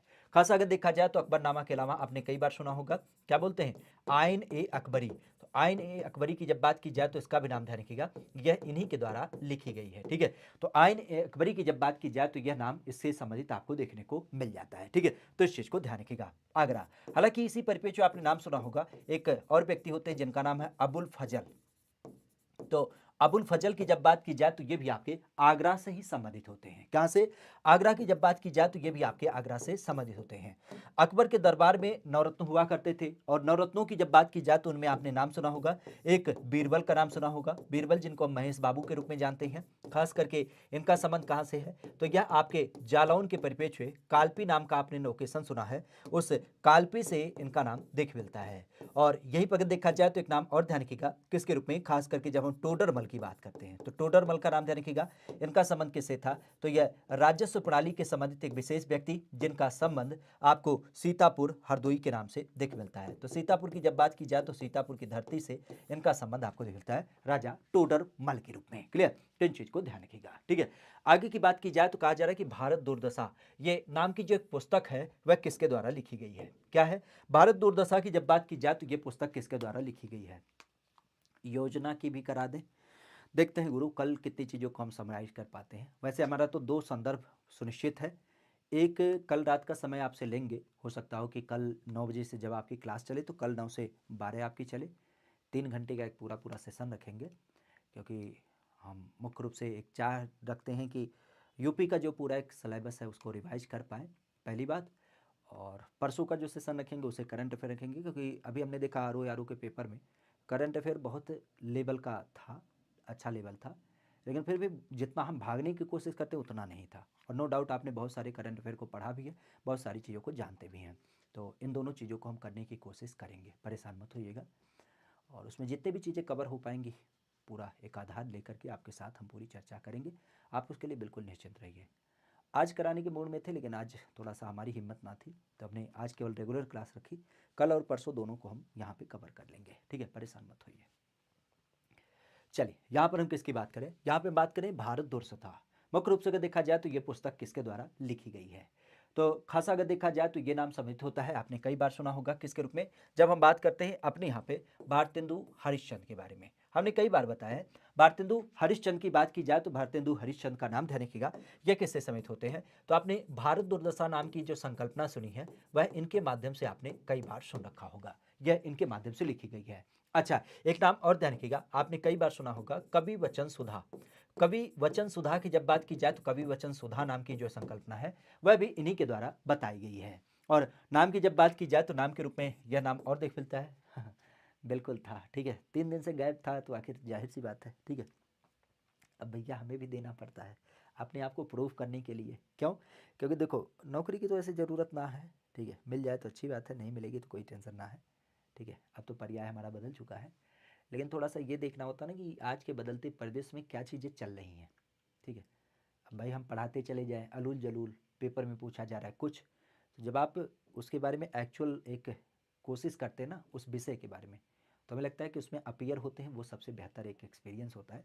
क्योंकि बखूबी 2 घंटे आप उसको खुद देखते हैं कि आखिर किस लेवल पे क्या क्या चीज़ें आपको देखने मिले। ठीक है, तो ये चीज़ ज़रूर होता है। ठीक है, चलिए यहाँ पर हम किसकी बात करें? यहाँ पे बात करें कवि वचन सुधा। इवन अगर देखा जाए तो यहीं पे नाम देने का कवि वचन सुधा के अलावा आप कह सकते हो कि बाल बोधनी। बाल बोधनी की जब बात की जाए तो बाल बोधनी भी नाम आपको दिख मिलता है, ये इनके द्वारा लिखा गया था। और आप कह सकते हो कि ये किसके द्वारा? खास करके महिला आधारित। ठीक है, महिलाओं की जब बात की जाए तो विभिन्न प्रकार की महिलाओं की जब बात की जाए तो उनके ऊपर आधारित यह पहली पत्रिका के रूप में जानी जाती है। ठीक है, आगे की जब बात की जाए तो नाम ध्यान रखिएगा स्वराज पार्टी। आज स्वराज पार्टी की जब बात की जाए तो स्वराज पार्टी का गठन हमारे उत्तर प्रदेश में किया गया। मुख्य रूप से अगर देखा जाए तो इसका गठन कहाँ पे किया गया? हमारे यहाँ पर स्वराज पार्टी की जब बात की जाए तो स्वराज पार्टी की स्थापना प्रमुख रूप से करी गई। वैल्यूम कम है ऐसा तो नहीं है, वैल्यूम हमने शुरू में ही चेक कराया था। ठीक है, आगे की जब बात की जाए तो नाम था लिखिएगा स्वराज पार्टी। सही तो है गुरु, ठीक है सही तो है, आवाज का है परेशान हो। ठीक है, चलो बेहतर है। चलिए यहाँ पर हम किसकी बात करें? उत्तर प्रदेश के परिप्रेक्ष्य स्वराज पार्टी। एक्चुअली हमने बताया था कि जब चौरी चौरा कांड हुआ तो चौरी चौरा कांड के बाद आप कह सकते हो कि महात्मा गांधी ने क्या किया, जो अपना असहयोग आंदोलन था उसे वापस ले लिया। तो जब वापस ले लिया असहयोग आंदोलन तो कई सारे लोगों ने एक तरीके से कह सकते हो महात्मा गांधी से इस प्रक्रिया से काफ़ी गुस्से हो गए, और गुस्से होने की दशा में उन्होंने क्या किया, अपने अपने संदर्भ समझे। तो जैसे ही आपने सुना होगा किसके बारे में, जब हम बात करते हैं मोतीलाल नेहरू, मोतीलाल नेहरू। और मोतीलाल नेहरू के अलावा अगर देखा जाए तो एक व्यक्ति और ध्यान रखिएगा जिनका नाम आता है किसके परिप्रेक्ष्य में, खास करके नमो हम भूल रहे हैं, मोतीलाल नेहरू की जब बात की जाए और मोतीलाल नेहरू के परिप्रेक्ष्य अगर देखा जाए तो इनके संदर्भ में इन्होंने क्या किया था सन 1924 में। कब? सन 1924 की जब बात की जाए तो उस टाइम पे इन्होंने इसको प्रयागराज में स्थापित किया था। कहाँ पे? प्रयागराज की जब बात की जाए तो प्रयागराज में इसकी स्थापना करी थी। तो प्रयागराज के परिप्रेक्ष्य में यह नाम आपको मिलता है स्वराज पार्टी का। ठीक है, तो प्रयागराज की जब बात की जाए तो प्रयागराज का नाम ध्यान रखिएगा, जहाँ पे स्वराज पार्टी। कानपुर आप लोग किस एक आधार पे दे रहे हैं? हाँ, चितरंजन दास देते हैं। ठीक है, चितरंजन दास और मोतीलाल नेहरू का नाम देखे मिलता है। कानपुर के लोग जो आंसर कर रहे हैं, कानपुर में जो था वो था हिंदुस्तान रिपब्लिकन एसोसिएशन। ठीक है, हिंदुस्तान रिपब्लिकन एसोसिएशन। तो इसकी जब बात की जाए तो इसका संबंध किससे है? तो इसका संबंध जो आपको दिख मिलता है वह मुख्य रूप से ध्यान रखिएगा, यह हमें दिख मिलता है किस एक परिप्रेक्ष्य में, तो यह आपको दिख मिलता है हमारे यहाँ पर HRA के रूप में। और इसका संबंध कहाँ से है? तो यह आपके कानपुर में स्थापित किया गया था, और यह भी संयोग से इसी सन में स्थापित किया गया था 1924 में। 1924 में इसकी स्थापना हुई थी। हाँ, इसका जो हेडक्वार्टर है वो कहाँ था? तो वह आपके आगरा में था। तो हिंदुस्तान रिपब्लिकन एसोसिएशन की जब बात की जाए, जो खास करके आपके गरम दल से संबंधित था, गरम दल जिसमें चंद्रशेखर आजाद, भगत सिंह वगैरह का नाम आपने सुना होगा, तो उनसे संबंधित यह आपको देखने को मिलता है। ठीक है, तो ये नाम ध्यान रखिएगा, हिंदुस्तान रिपब्लिकन एसोसिएशन जो गरम दल से संबंधित था। कानपुर में 1924 में इसकी स्थापना की गई और इसका हेडक्वार्टर आपके आगरा में था। बाकी चितरंजन दास, मोतीलाल नेहरू की जब बात की जाए तो 1924 में इन्होंने प्रयागराज में स्वराज पार्टी की स्थापना की। स्वराज मतलब स्वराज की जो एक संकल्पना थी, जिसको बाल गंगाधर तिलक सदैव कहते हैं कि स्वराज हमारा जन्मसिद्ध अधिकार है। ठीक है, बेसिक अगर देखा जाए तो कहा जा रहा है कि उत्तर प्रदेश की विधानसभा के परिप्रेक्ष्य में कितने सदस्य हमें देखने को मिलते हैं। सदस्यों के बारे में खासा ध्यान रखिएगा, अगर इनकी बात की जाए तो यह नाम प्रमुख रूप से हमारे यहाँ पर अगर इसकी बात की जाए तो यह नाम देख मिलता है। आवाज़ कम है, पता नहीं किस लहजे से आप लोग कर रहे हैं। ठीक है, एक बार हम ट्रायल करते हैं। हेलो हेलो, हे हमारा आवाज़ जल्दी से उन लोगों के घर भी पहुँच जाइए जो लोग अभी भी क्लास को लाइक नहीं किए हैं, और उनको भी एक बार बता दीजिए कि क्लास को लाइक करने से कोई संशय नहीं है, कोई दिक्कत नहीं है। तो एक काम ये लोग ज़रूर कर दें कि क्लास को लाइक कर दें, और लाइक करने के अलावा अपने दोस्तों मित्रों के पास भी साझा कर दें, ताकि उन लोगों को भी क्या हो, इस क्लास के बारे में पूरी पूरी जानकारी प्राप्त हो जाए। ठीक है, तो जल्दी से जल्दी बता दीजिए ये लोगों को। तो ठीक है, जल्दी से जल्दी बता दीजिए ताकि ये लोग ये क्लास को जल्दी से जल्दी साझा कर दें। ठीक है, अब आवाज़ जा रही है? एक बार थोड़ा सा आप रिस्पॉन्स दीजिएगा कि अभी आपकी आवाज़ जा रही है, और जा रही है तो बेहतर तरीके से एक बार और क्या करिएगा, थोड़ा सा इस क्लास को लाइक करने के अलावा अपने दोस्तों मित्रों के पास साझा भी कर दीजिएगा। ठीक है, अब जा रही है, थोड़ा सा बढ़ा तो होगा ही होगा। ठीक है, उत्तर प्रदेश विधानसभा के परिप्रेक्ष्य में अगर इसकी बात की जाए तो ये नाम देख मिलता है। विधानसभा के परिप्रेक्ष्य में कितने सदस्य आपको देख मिलते हैं? खास अगर देखा जाए तो आप भी जानते हैं, हमारे यहाँ पर विधानसभा की जब बात की जाए तो विधानसभा के परिप्रेक्ष्य में, जिसको हम लेजिस्लेटिव असेंबली कहते हैं, वर्तमान 403 सदस्य आपको देख मिलते हैं। सदस्यों की संख्या थोड़ा सा ध्यान रखिएगा, अगर इनकी बात की जाए तो ये नाम समित होता है 403 सदस्य। और विधानसभा के परिप्रेक्ष्य एक चीज और ध्यान रखिएगा, हमारे यहाँ पर लोकसभा के रूप में, लोकसभा के कितने सदस्य हैं? तो यहाँ पर 80 सदस्य आपको देख मिलते हैं। इसी तर्ज पर ध्यान रखिएगा, हमारे यहाँ पर जब हम बात करते हैं विधान परिषद तो इसके कितने सदस्य हैं? तो यहाँ पर 100 सदस्य हैं। और राज्यसभा की जब बात की जाए तो राज्यसभा के आपके 31 सदस्य आपको देखने को मिल जाते हैं। तो ये तो बात हो गई सदस्यों की संख्या, लेकिन मुख्य रूप से अगर देखा जाए तो यहाँ पे एक चीज और ध्यान रखिएगा, यहाँ पे जो इनके चुनाव के लिए उम्र रखी जाती है, अर्थात कोई व्यक्ति इसका सदस्य बनना चाहता है तो उसके लिए उम्र कितनी होनी चाहिए? उसके लिए उम्र होनी चाहिए आपके 25 वर्ष। किसके लिए? आपके जब हम बात करते हैं लोकसभा, और लोकसभा के अलावा खास करके जो हमारी विधानसभा है, तो उसके लिए आपका क्या होता है? यह नाम मिलता है। माइक थोड़ा ऊपर, अरे माइक बिल्कुल सही है, आवाज नहीं जा रही है, कहा बताएं थोड़ा सा। ठीक है, यहाँ पे अगर देखा जाए तो विधान परिषद और राज्यसभा के लिए कितनी उम्र होनी चाहिए, तो यहाँ पे आपके 30 वर्ष का आपका उम्र सीमा होना चाहिए। अच्छा, एक चीज और ध्यान रखिएगा, इनका जो चुनाव होता है वह कैसे होता है, यह आपके प्रत्यक्ष होता है। और यहीं पर अगर देखा जाए तो इनका जो चुनाव होता है वह कैसे होता है, यह आपके अप्रत्यक्ष तरीके से चुनाव किया जाता है। तो इस चीज को भी थोड़ा सा ध्यान रखिएगा। बाकी चूंकि उम्र की बात चल रही थी तो एक चीज और ध्यान रखिएगा, 18 वर्ष ये किससे समित है, तो यह वोट करने से समित होता है। 18 के बाद आपका 21 वर्ष ये किससे समित है, तो यह आपके प्रधान बनने की एक उम्र सीमा आपको देखने को मिल जाती है। और फिर आप कह सकते हो 35 वर्ष ये किससे समित है, तो यह राष्ट्रपति और उपराष्ट्रपति बनने का योग्यता यहाँ पे आपको दे देता है। ठीक है, तो यह उम्र की सीमा आपको देखने को मिल जाती है। क्लियर। आगे की बात की जाए तो कहा जा रहा है कि उत्तर प्रदेश में बंगाल की खाड़ी से आने वाली जो मानसून होती है वह हम किस एक नाम से देख पाते हैं। हमारे उत्तर प्रदेश की जब बात की जाए तो हमारे उत्तर प्रदेश में जो बंगाल की खाड़ी से आने वाला एक मानसून होता है वह किस एक नाम से जाना जाता है। मानसून की जब बात की जाए तो इसे हम नाम देते हैं मुख्य रूप से पूर्वी मानसून, पश्चिमी मानसून, दक्षिणी मानसून या फिर आपके उत्तर पश्चिम मानसून। खासा अगर देखा जाए तो यहाँ पे नाम ध्यान रखिएगा किस एक परिपेक्ष में यह नाम हो जाता है। हमारे यहाँ पर जब हम नामों की बात करें तो इस नाम को लेकर के खास ध्यान रखिएगा किस एक परिपेक्ष में जब कोई विषय यहाँ से आती है। और इसकी जब बात की जाए तो ये चूंकि पूर्व दिशा से आती है तो इसको शुद्ध रूप से नाम ही दे देते हैं पूर्वा। ठीक है, लेकिन जब हमारे यहाँ पे आपने सुना होगा कि जो ये राजस्थान का इलाका है यहाँ से गर्म और खास करके एक शुष्क हवा चलती है, उसे क्या नाम देते हैं, उसे हम लू के रूप में जानते हैं, जो गर्मी के महीने में चलती है। और एक नाम और ध्यान रखिएगा, कई बार आपने सुना होगा जो हमारे यहाँ पर क्या होता है सर्दियों में चलती है, और सर्दियों में चलने वाली इस हवा को हम क्या नाम देते हैं, इसको हम नाम देते हैं पश्चिमी विक्षोभ। पश्चिमी विक्षोभ, पश्चिमी विक्षोभ की जब बात की जाए जिससे क्या होता है आपका उत्तर भारत का भी प्रभावित होता है। सर्दियों में हमारी यूपी में क्या होती है, यूपी अर्थात पंजाब हरियाणा में भी क्या होती है अच्छी खासी बरसात होती है। तो बंगाल की खाड़ी से आने वाली मानसून को हम लोग क्या कहते हैं, इसको पूर्वा मानसून के रूप में भी नाम देते हैं। क्या बोलते हैं, पूर्वा मानसून के रूप में भी नाम दिया जाता है।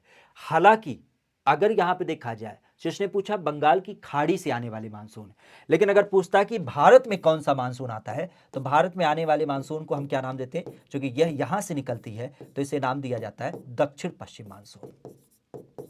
तो इसे दक्षिण पश्चिम मानसून भी नाम दिया जाता है। ठीक है, तो दक्षिण पश्चिम मानसून का नाम इसे दिया जाता है। इसने पूछा है कि बंगाल की खाड़ी से आने वाले मानसून, तो बंगाल की खाड़ी से आने वाले मानसून जो होते हैं वो आपके पूर्वा मानसून के रूप में जाने जाते हैं, लेकिन भारत में आने वाले मानसून की जब बात की जाए तो उसका नाम होगा दक्षिण पश्चिम मानसून। तो ये ध्यान रखिएगा, क्योंकि भारत में ये प्रवेश करता है दक्षिण से।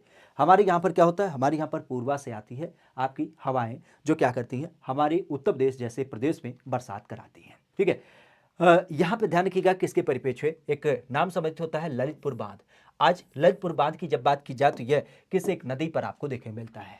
ललितपुर बांध की जब बात की जाए तो यह नाम सम्मिलित हो जाता है, ये नाम सम्मिलित है यमुना, टोस, चंबल या फिर आपके सहजाद, किस एक नदी के रूप में इसका नाम देखने को मिल जाता है। ललितपुर की जब बात की जाए तो ललितपुर बांध हमारे यहाँ पर किस एक नदी पर आधारित बनाया गया है। ललितपुर बांध, यह ललितपुर बांध आपको देखने को मिलता है। खास अगर देखा जाए तो इसका संबंध क्या होगा, तो ललितपुर के बारे में आपने कई बार सुना होगा। यह जो सम्मिलित होता है वह आपको सहजाद नदी के ऊपर देख मिलता है। किसके ऊपर, सहजाद नदी की जब बात की जाए तो सहजाद नदी का क्रम ध्यान रखिएगा, यह सहजाद नदी के ऊपर आधारित आपका बनाया गया है। वैसे ललितपुर की जब बात की जाए तो ललितपुर में कई सारे बांध आपको मिलते हैं, और इसी कारण से आपने सुना होगा ललितपुर को हम क्या बोलते हैं, हमारे यहाँ पर डैम सिटी ऑफ एशिया।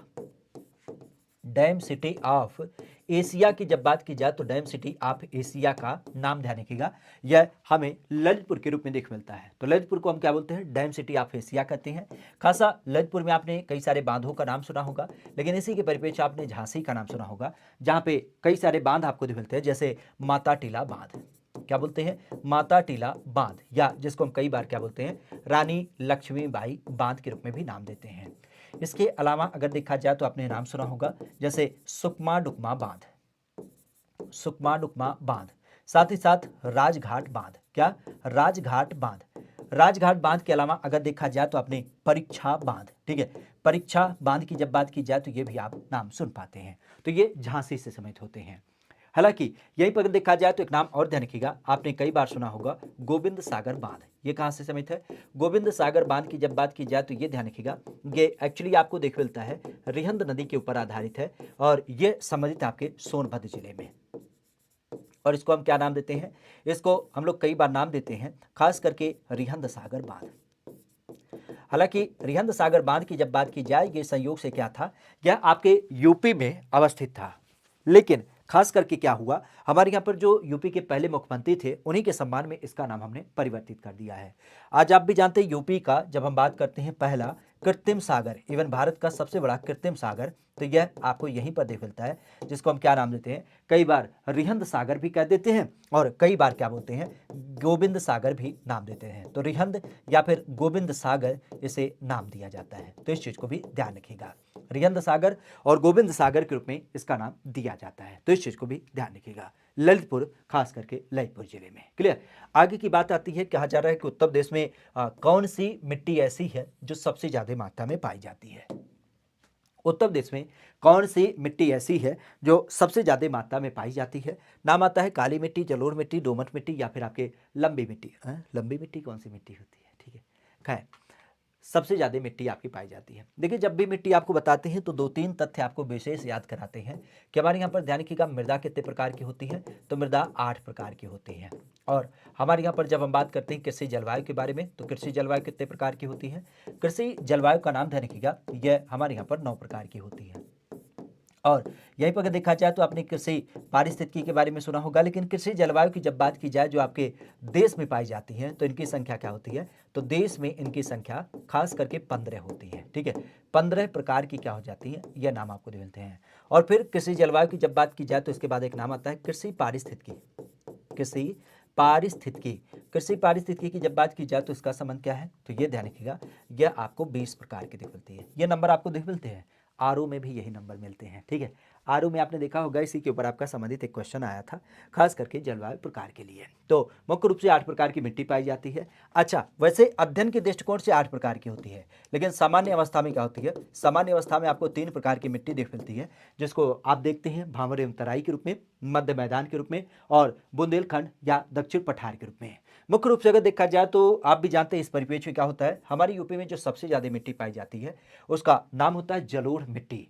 और जलोढ़ मिट्टी की जब बात की जाए तो जलोढ़ मिट्टी के बारे में आपको हमने कई बार बताया है कि हमारी यूपी के कुल मिट्टी में पाई जाने वाली 43% मिट्टी क्या होती है, यह आपके जलोढ़ मिट्टी के रूप में जानी जाती है। वैसे एक मिट्टी और आपको दिख मिलती है हमारे यहाँ पे, जब हम दक्षिण की तरफ जाते हैं तो दक्षिण में कौन सी मिट्टी पाई जाती है, आपने देखा भी था, लाल बलुई मृदा।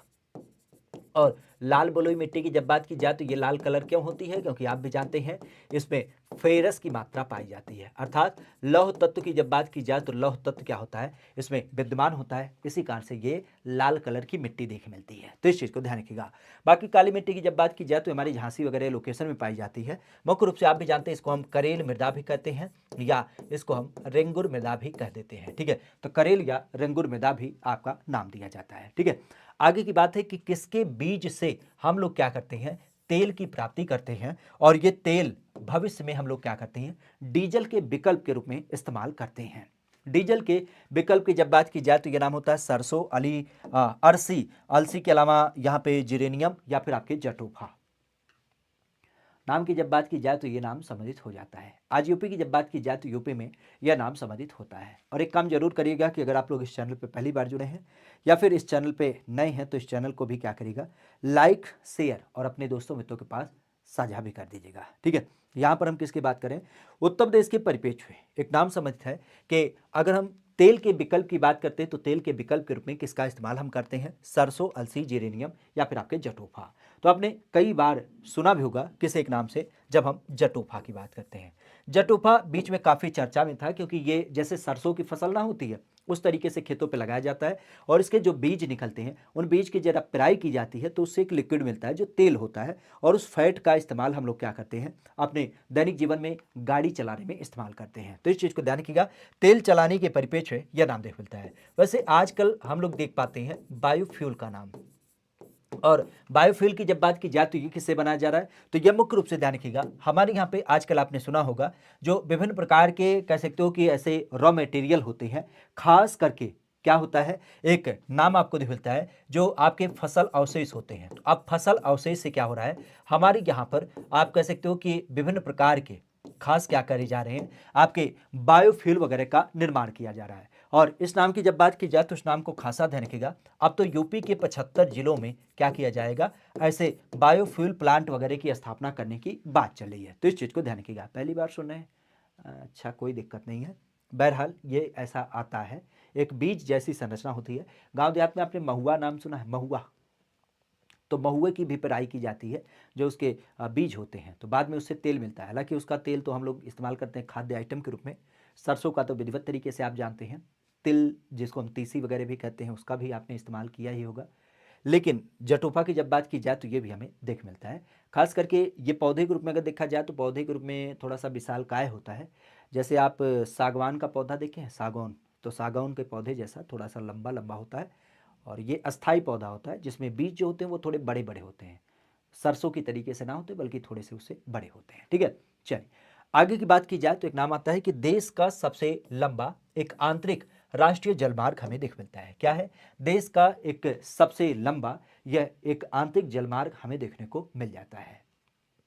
ये नाम आपको देख मिलता है किस एक परिपेक्ष में, काकीनाड किसके रूप में, मरक्कम के रूप में, या फिर आप कह सकते हो कि यहाँ पे कोल्लम कोड्डापुरम के रूप में, या फिर सदिया धुबरी के रूप में, या फिर आपके इलाहाबाद हल्दिया के रूप में। इसका संबंध आपको देखने को मिल जाता है। हमारे यूपी की जब बात की जाए तो देश का सबसे लंबा आंतरिक राष्ट्रीय जलमार्ग, तो खास ध्यान रखिएगा इसका जो संबंध है आप सदैव जानते हैं किसके रूप में, इलाहाबाद से हल्दिया। आज इलाहाबाद से हल्दिया की जब बात की जाए तो आप भी जानते हैं, खास करके जिसको हम प्रयागराज से देख पाते हैं। मुख्यतः इसकी लंबाई है 1620 किलोमीटर, और ये संयोग से यूपी का पहला हो जाता है। हालांकि यही पर अगर देखा जाए तो आपने नाम भी सुना होगा, यह नेशनल वाटर हाईवे संख्या 1 के रूप में जानी जाती है। हालांकि नेशनल वाटर हाईवे के अलावा एक नाम और ध्यान रखिएगा जिसको हम किस रूप में जानते हैं, गंगा बिलास क्रूज सेवा। आज गंगा बिलास क्रूज सेवा की जब बात की जाए तो इसकी लंबाई क्या है, 3200 किलोमीटर की इसकी लंबाई हो जाती है। और ये पहले चरण में कहां से चालू किया गया, तो ये आपके बनारस से चालू किया गया था। और बनारस के परिप्रेक्ष्य आप कह सकते हो कि बनारस से लेकर के इसका विस्तार कहां तक था, बनारस से लेकर के असम के डिब्रूगढ़ तक। तो डिब्रूगढ़ की जब बात की जाए तो वहां तक इसका विस्तार देख मिलता है।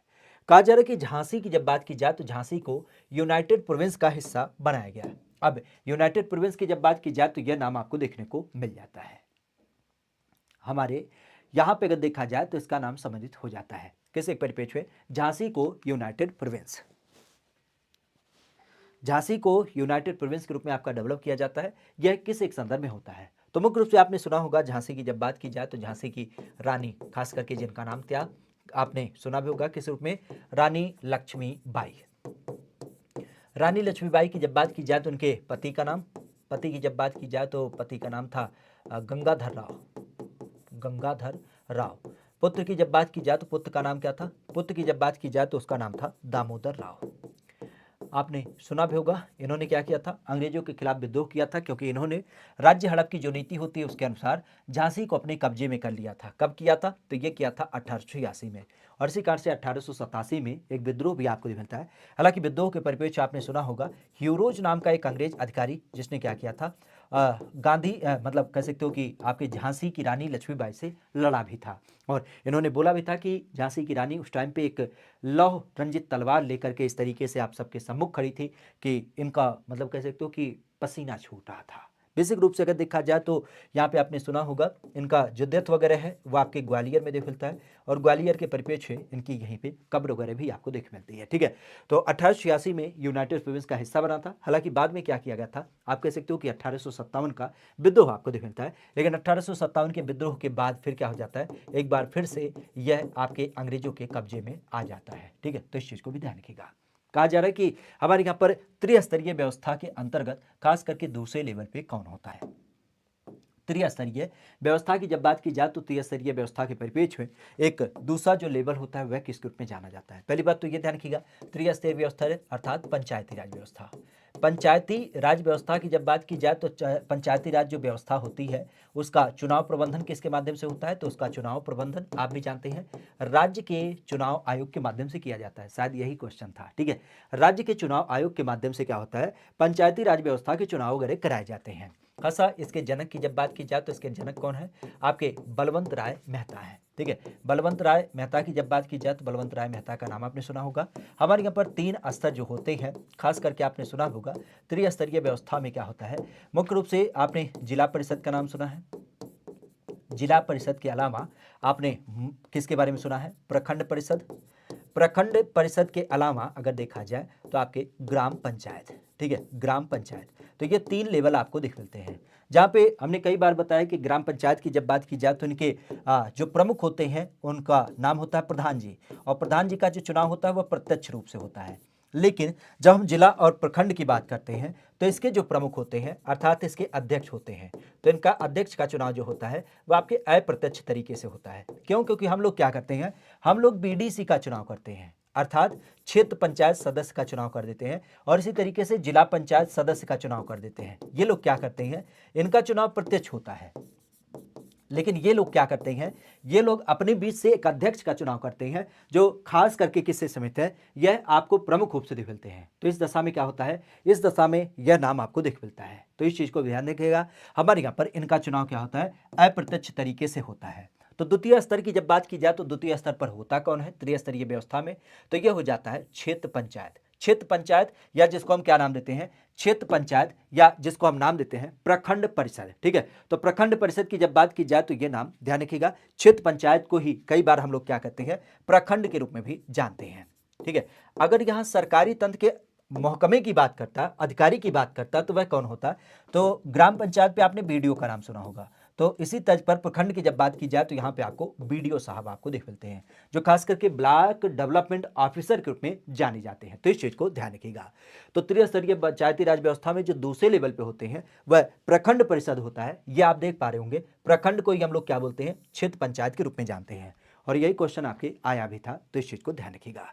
कहा जा रहा है कि बताइएगा कि उत्तर प्रदेश में जब हम स्वतंत्र रूप से बात करते हैं तो एक मछली विभाग या मत्स्य विभाग की स्थापना करी गई। ये 1973 में किया गया, 1975 में किया गया, 1966 में, या फिर आपके 1976 में। यह संबंधित आपको दिख मिलता है।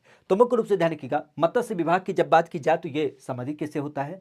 नाम की जब बात की जाए तो ये नाम ध्यान रखिएगा, हमारे यहाँ पर मत्स्य विभाग की स्थापना खास करके आज मत्स्य मंत्री की जब बात की जाए तो उनका नाम क्या है, आपने सुना होगा, क्या नाम है, संजय निषाद, काफी चर्चा में रहते हैं। संजय निषाद की जब बात की जाए तो इस परिपेक्ष में ध्यान रखिएगा, हमारे यहाँ पर मत्स्य विभाग आपके 1966 में स्थापित किया गया। कब, 1966 की जब बात की जाए तो इस टाइम पे इसको स्थापित किया गया था। कहा जा रहा है टिहरी जल विद्युत परियोजना, यह संबंधित हमें देख मिलती है किन 2 राज्यों के बीच में। टिहरी जल विद्युत परियोजना की जब बात की जाए तो ये 2 राज्यों के बीच आपको देख मिलती है, लेकिन मुख्य रूप से दिल्ली उत्तराखंड, उत्तराखंड उत्तर प्रदेश हरियाणा, या फिर आपके कह सकते हो कि उत्तर प्रदेश और झारखंड के बीच में टिहरी जल विद्युत परियोजना। उत्तराखंड से एक क्वेश्चन आया था ना अरे भाई क्वेश्चन कहाँ से पूछेगा, एक बार आप अध्ययन तो करिए मन लगा के, हम बार बार कहते हैं आपको संदर्भों का एक खजाना मिलेगा। जैसे एक होती है ना, एक गांव है, उस गांव में आपको जाने के लिए हो सकता हो कि मुख्य मार्ग मिले, हो सकता हो पगडंडी मिल जाए, गांव का खड़ंजा मिल जाए, चक्रोट मिल जाए, नहर मिल जाए, लेकिन जाना तो अंततः गांव में ही है। तो विकल्प तो आपको बहुतेरे मिलेंगे, लेकिन रास्ता एक ही होगा, वह गाँव होगा। लक्ष्य केंद्रित आपका होना चाहिए। और सीधे संदर्भ प्रवेश पे भी आपका एक क्वेश्चन था, आपको याद आना चाहिए, उत्तराखंड से समित था। कौन सा क्वेश्चन था, देश का पहला कृषि विश्वविद्यालय। देश का पहला कृषि विश्वविद्यालय कहाँ पे स्थापित था, तो आप भी जानते पंतनगर में स्थापित था। कब, 1960 में। यही क्वेश्चन था ना, पंतनगर 1960 में पहला विश्वविद्यालय स्थापित हुआ था। चलिए, विद्युत परियोजना की जब बात की जाए तो ये संयोग से आपके उत्तर प्रदेश और उत्तराखंड के बीच में आपको मिलता है। और मुख्य रूप से अगर देखा जाए तो ये कहाँ से समित होता है, ये ध्यान रखिएगा, हमारे यहाँ पर आप भी जानते हैं, आपने कई बार नाम सुना होगा भागीरथी नदी के रूप में। तो भागीरथी नदी के ऊपर आधारित करते हुए क्या है, यह आपके टिहरी जिले में स्थापित किया गया है। तो इसी कारण से आपने सुना होगा इसे टिहरी जल विद्युत परियोजना के रूप में भी नाम दे देते हैं। ठीक है, आगे की बात की जा रही है तो कहा जा रहा है कि उत्तर प्रदेश सरकार के द्वारा राज्य की वन नीति कब घोषित की गई। क्या कहा जा रहा है, राज्य के परिप्रेक्ष्य में एक वन नीति आपकी स्थापित करी गई।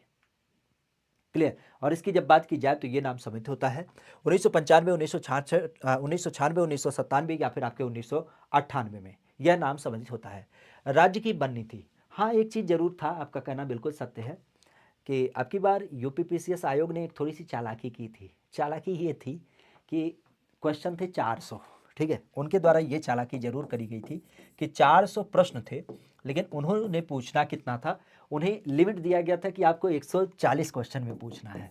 तो उन्होंने उसे एक तरीके से सजा दिया था कि 400 प्रश्न को कैसे हमें 140 प्रश्नों में पूछना है। तभी आपने देखा होगा कि जितने प्रश्न थे शायद फैक्चुअल सिंगल कोई क्वेश्चन रहा हो, जितने भी प्रश्न थे वो समझ सकते हैं कि उसमें दो दो लाइन के आपके प्रश्न संभवतः थे, जिनमें कहीं पे कथन कारक था, कहीं पे ABCD का संदर्भ था, कहीं A और B था। तो लगभग आप कह सकते हो कि 400 प्रश्नों को 140 में समेटने की जो संकल्पना थी वो आपके यूपी PCS आयोग के माध्यम से पूरी तरीके से दोहराया गया। बहरहाल राज्य की वन नीति की जब बात की जाए तो यह सम्मिलित हो जाता है। तो यह कब होता है, तो यह 1998 में होता है, और जहां पे हमने बताया था कि वनों को क्या किया गया, उद्योग का दर्जा वगैरह भी दे दिया गया था। ठीक है, बेसिक अगर देखा जाए तो कहा जा रहा है कि उत्तर प्रदेश के परिप्रेक्ष्य में चुनार का जो एक उद्योग आपको दिख मिलता है, चुनार का लोकेशन वह किसके लिए फेमस होता है। खासा अगर देखा जाए तो चुनार का जो एक संदर्भ है वह किस एक नाम से देखने को मिलता है, अर्थात चुनार की जब बात की जाए तो चुनार की प्रसिद्धि किस कारण से होती है। यह नाम समित होता है आपके कह सकते हो कि कांच उद्योग से समित होता है, या फिर आप कह सकते हो कि आपके मुख्य रूप से सीमेंट उद्योग से, बीडीओ उद्योग से, या फिर इनमें से कोई नहीं। तो मुख्य रूप से आप कह सकते हो कि चुनार का जो लोकेशन है वह आपके सीमेंट उद्योग से समित आपको देख मिलता है। किससे, सीमेंट उद्योग की जब बात की जाए तो सीमेंट उद्योग से आपका नाम आता है। कांच उद्योग से कौन समित है, कांच से आपका फिरोजाबाद संबंधित है। ठीक है, फिरोजाबाद आपके कांच से समित है। और इसी तरीके पे मुरादाबाद का नाम ध्यान रखिएगा। मुरादाबाद की जब बात की जाए तो मुरादाबाद आपके पीतल उद्योग से समित है। शायद एक क्वेश्चन इस पे भी था, पीतल उद्योग मुरादाबाद को लेकर के। ठीक है, आगे की जब बात की जाए तो एक नाम आता है कि उत्तर प्रदेश के परिप्रेक्ष्य में सड़क परिवहन निगम का एक मुख्यालय हमें देख मिलता है। क्या है, आज उत्तर प्रदेश की जब बात की जाए तो उत्तर प्रदेश के परिप्रेक्ष्य में सड़क परिवहन निगम अगर इसकी बात की जाए तो इसका मुख्यालय हमें यूपी के अंदर दिख मिलता है, और यह संबंधित आपको दिख मिलता है इलाहाबाद, कानपुर, लखनऊ या फिर आपके गाजियाबाद के रूप में। खासा अगर इसकी बात की जाए तो इसका संबंध होता है सड़क परिवहन निगम। मुख्य रूप से अगर देखा जाए तो आज सड़क परिवहन के परिप्रेक्ष्य आपने सुना होगा निगम की जो स्थापना की गई है, निगम 1972 में स्थापित किया गया था। ठीक है, जो अलग अलग परिप्रेक्ष्य में नियमित करे। और इसी तर्ज पर अगर देखा जाए तो हमारे यहाँ पर जो कह सकते हो कि सड़क परिवहन पहली बार चालू किया गया था, अर्थात रोडवेज की जब बात की जाए तो रोडवेज के संकलन को जब हम देख पाते हैं तो वह देखते हैं 1947 में। कहाँ से कहाँ तक चालू हुआ था, तो यह आप भी जानते हैं बाराबंकी से लखनऊ, लखनऊ से बाराबंकी के बीच में क्या हुआ था, आपका पहला बस सेवा आपका चालू किया गया था। अब इस परिपेज की जब बात की जाए तो ये कहां से दिख मिलता है, तो आपके राजधानी लखनऊ में दिख मिलता है।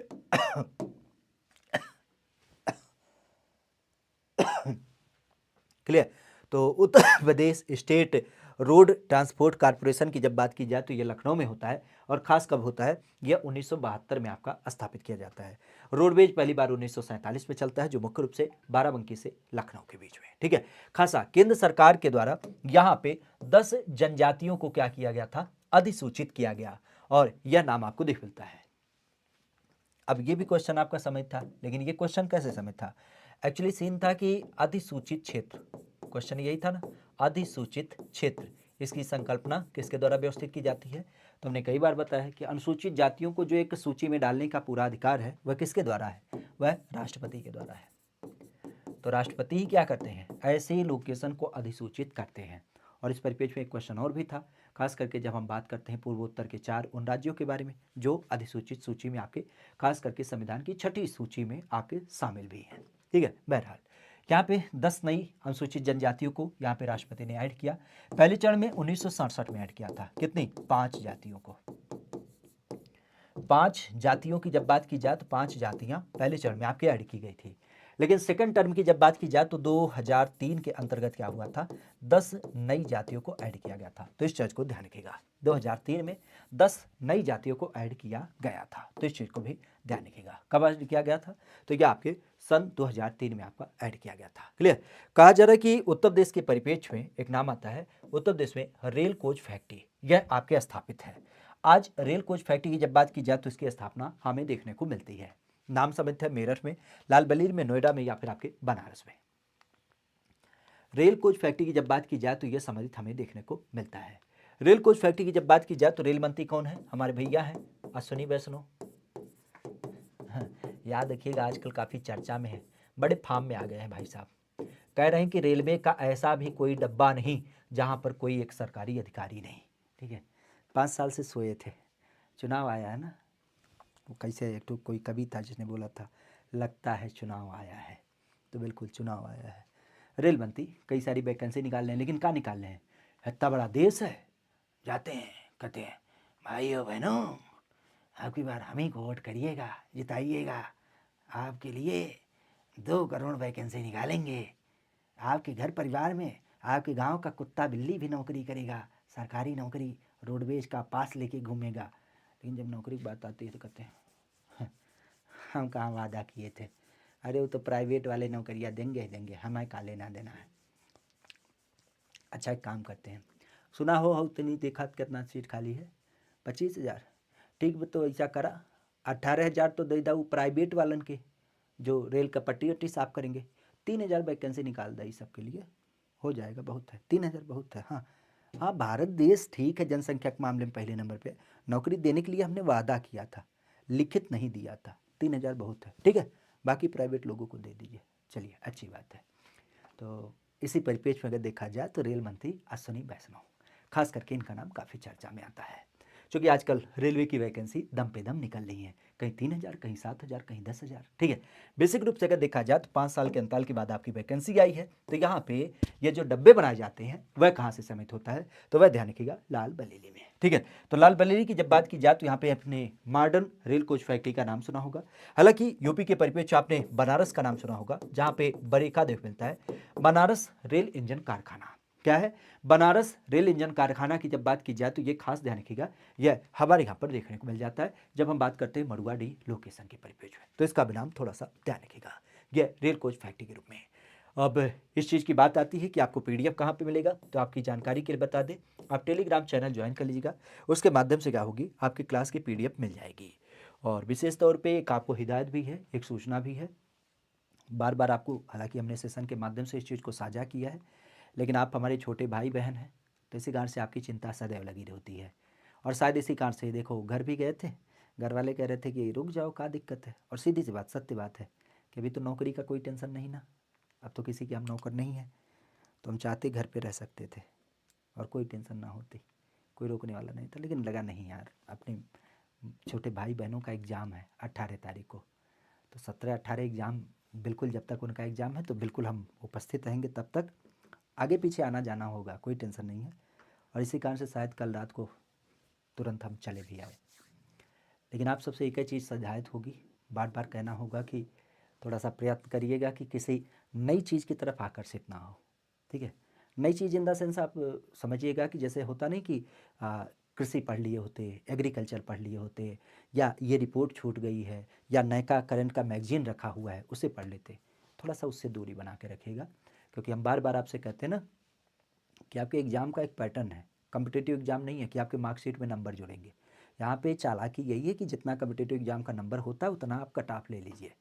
भाई एक चीज़ बताओ, आईएएस व्यक्ति बन जाता है 60% नंबर पे, तो आपके नंबर कितने होने चाहिए? अगर आप 60 की जगह 70 ले लीजिए, चलिए हम 80 ले लेते हैं, 80% भी अगर आप नंबर लेंगे ना, तो 8 तिरिक 24, 240 क्वेश्चन होता है। हम 70 और 80 का दशक मतलब आधार लेके चले तो 70 का मतलब कितना हो गया, 7 तिरिक 21, 210 क्वेश्चन सही होता है, कम ना होता है। यूपी पुलिस में पसीना छूट जाएगा 210 क्वेश्चन सॉल्व करते करते। ठीक है, तो अगर इतना आप टारगेट लेके चलते हो 70%, तो इतना तो आपने ऑलरेडी पढ़ रखा है। हिस्ट्री में कहाँ नहीं जानते, ज्योग्राफी में नहीं जानते, पॉलिटी में नहीं जानते, इकोनॉमी में नहीं जानते, यूपी जीके में नहीं जानते, मैथ में नहीं जानते, हिंदी नहीं जानते, का नहीं जानते, साल भर से करंट अफेयर पढ़ रहे हो, उसका भी कुछ एक आधार होगा। तो अगर आप उतनी चीज़ों को केवल व्यवस्थित कर लीजिए, गलती क्या होती है हमारी कि हम जितनी चीज़ों को जानते हैं उसे लगता है कि हमें तो आता ही है, और गलतियाँ वहीं पे होती है। भानुउदय का पर्यायवाची हमें नहीं आता है, या भानुउदय का जैसे संधि विच्छेद करना तो वो हम नहीं कर पाते हैं, क्योंकि हमने वहाँ अक्षौहिणी का सुनने की सीख रखी है। तो यही गलती हमारे साथ होती है। नई चीज़ों की तरफ आकर्षित कम होइए इन 2-3 दिनों में। कोशिश ये करिए जितनी चीज़ों को आपने पढ़ा है, जो चीज़ें आप समझ जाते हैं, उन चीज़ों को लेकर के क्या करें, थोड़ा सा और व्यवस्थित हो जाए, उस पर अपनी संकल्पना को पुख्ता करने की कोशिश करें कि जो चीज़ें आप पढ़े हैं उसे ना गलत करें, यह आपका पहला एक क्रम होना चाहिए। और कोशिश ये करिएगा कि ये जो 3 दिन आपके पास है, थोड़ा सा हालांकि हमारा पैटर्न है कि हम आपके सामने मैराथन रखते हैं, और नो डाउट आपको कमी लगती है तो आप करिएगा, लेकिन फिर भी कोशिश ये करिए कि जितनी आपके पास सिलेबस के अनुसार आपने जितना भी अध्ययन किया है, इन 3 दिनों में केवल उनका रिवीजन कर लीजिए, क्योंकि रियल बताएं, दुनिया का सबसे बेहतरीन अध्यापक जो होता है ना, वह व्यक्ति स्वयं होता है। अपनी की गई गलतियों से जितना बेहतर आप सीखेंगे ना, शायद दूसरे की गई गलतियों से नहीं सीख पाएंगे। ठीक है, तो आप अपने जो नोट्स वगैरह हैं उनको दोहरा लीजिएगा, और एक चीज़ और कर लीजिएगा, अगर हो पाए कम से कम 3 दिवस हैं तो 3 टेस्ट लगाने की कोशिश कर लीजिएगा, क्योंकि इससे क्या होगा ना कि 2 घंटे का एक प्रबंधन आपको मिल जाएगा। परमवीर कह रहे थे, बहुत अच्छा कह रहे थे कि लास्ट मोमेंट पे क्या होता है कि आपके नंबर कम आते हैं ना, और अलग अलग संस्थानों के अलग अलग आपके टेस्ट हैं, तो उस दशा में थोड़ा सा मन निगेटिव हो जाता है। लेकिन कोई ना, परेशान मत होइए। एक चीज़ बता दें, जितने भी आपके टेस्ट बनाए जाते हैं और जो एक्चुअल एग्ज़ाम होता है, उसमें ये समझ के चलिएगा ज़मीन आसमान का अंतर होता है। ठीक है, तो आप एक्चुअल एग्ज़ाम को ना समझिए, यहाँ पे केवल ये समझ के चलिए कि आपको टाइम मैनेजमेंट कैसे करना है, गोला वगैरह भरने में क्या एक सावधानी बरतनी है, या फिर क्वेश्चनों को पढ़ना कैसे है। क्योंकि आप भी जानते हैं, कई बार हमने बताया ना कि जैसे हम भी फरफरते चले जाते हैं, ऑप्शन आ जाता है, लेकिन सामने हमने नहीं पढ़ा या कौन सा बिंदु नहीं पढ़ा, तो उन चीज़ों पे थोड़ा सा एक आपका फोकस जाएगा। क्योंकि रियल बताए ना, आपकी गलती, आज के युवा समाज की एक सबसे बड़ी गलती हो रही है कि वह, टेक्नोलॉजी तो बहुत अच्छी है, देखो टेक्नोलॉजी के ही जरिए हम आपके घर तक पहुंच पाते हैं, लेकिन एक स्टूडेंट होने के नाते हमें पता है कि हम गलती भी कहाँ करते हैं। देखो, हमारा तो व्यापार है नहीं, हमारा एक ही संदर्भ है कि आपके हित के लिए जितनी भी बातें हो पाए। अच्छी बात है कि बेहतर चीज़ें आपके घर तक पहुंचती, बहुत बेहतर होता है। लेकिन हम एक एग्जाम्पल यहीं पे अगर लेना चाहें, हम कह देते हैं कि ये आपके पास एक क्वेश्चन है, ये क्वेश्चन है कि उत्तर प्रदेश सरकार के द्वारा 10 नई अनुसूचित जनजातियों को ऐड किया गया। अब आपका सीन क्या होता है कि आप लोग इसको रिकॉल ही नहीं करते हैं, आप इसको रिकॉल नहीं करते हैं। आप सोचते हैं हाँ ये ए होगा, बी होगा, सी होगा, तब तक हम क्या होता है यहाँ पे आंसर कर देते हैं 2003। अब 2003 होगा, 2003 होगा, यही संकल्पना होती है। हमारी जो आज की थिंकिंग पावर हो चुकी है ना, वह बिल्कुल जीरो हो चुकी है, क्योंकि हम सामने वाले पे निर्भर हो चुके हैं। एक चीज़ बताओ, हम अगर आते होंगे तो आपको क्या लगता है, हम ये क्वेश्चन लाते हैं तो का आसमान से चुरा के थोड़ी ना लाते होंगे, कहीं से अध्ययन करते होंगे, उसके आधार पे इसको बनाते हैं। इसका मतलब प्री डिसाइड है कि इसके आंसर हमें ऑलरेडी पता है।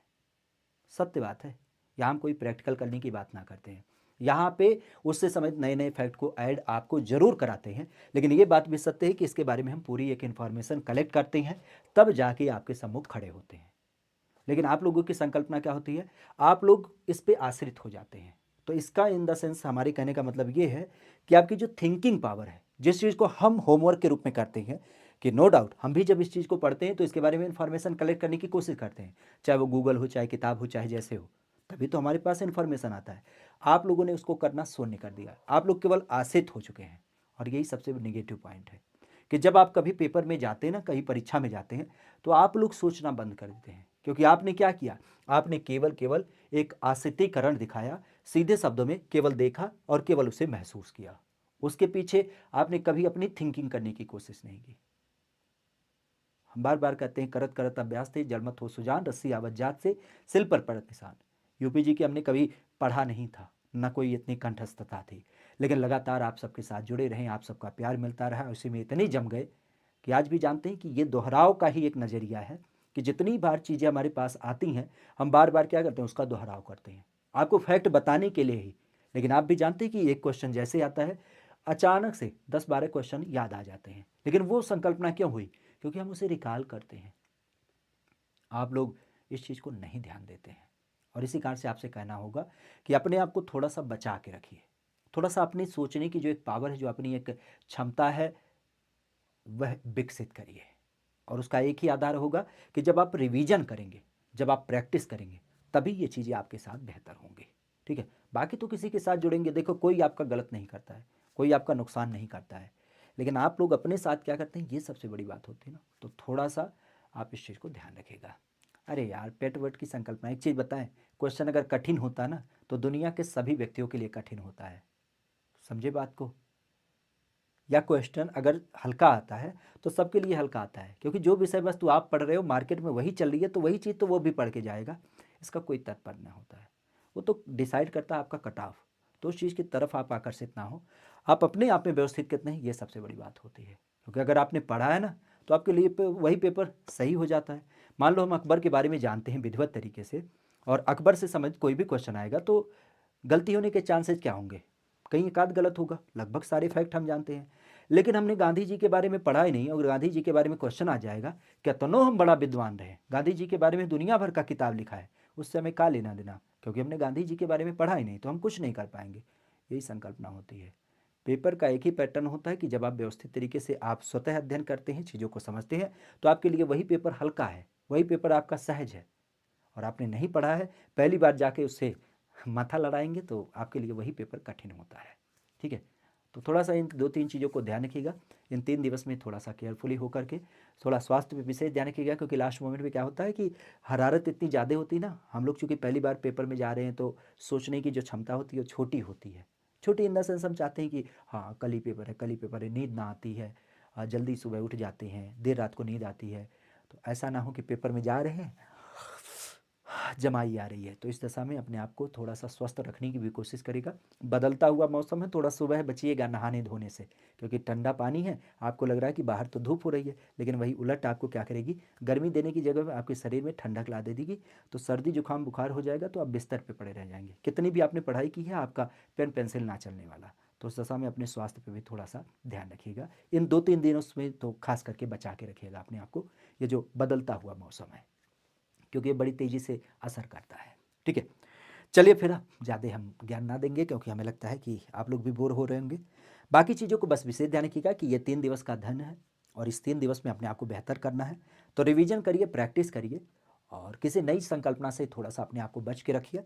स्वास्थ्य पर विशेष ध्यान रखिएगा, ठीक है, और बेहतर से बेहतर करिए, क्योंकि ये परिणाम आपके आधार का एक विशेष परिणाम है। अपने आप को 100% देने का पूरा प्रयास करिए। ठीक है, thank you, all the best.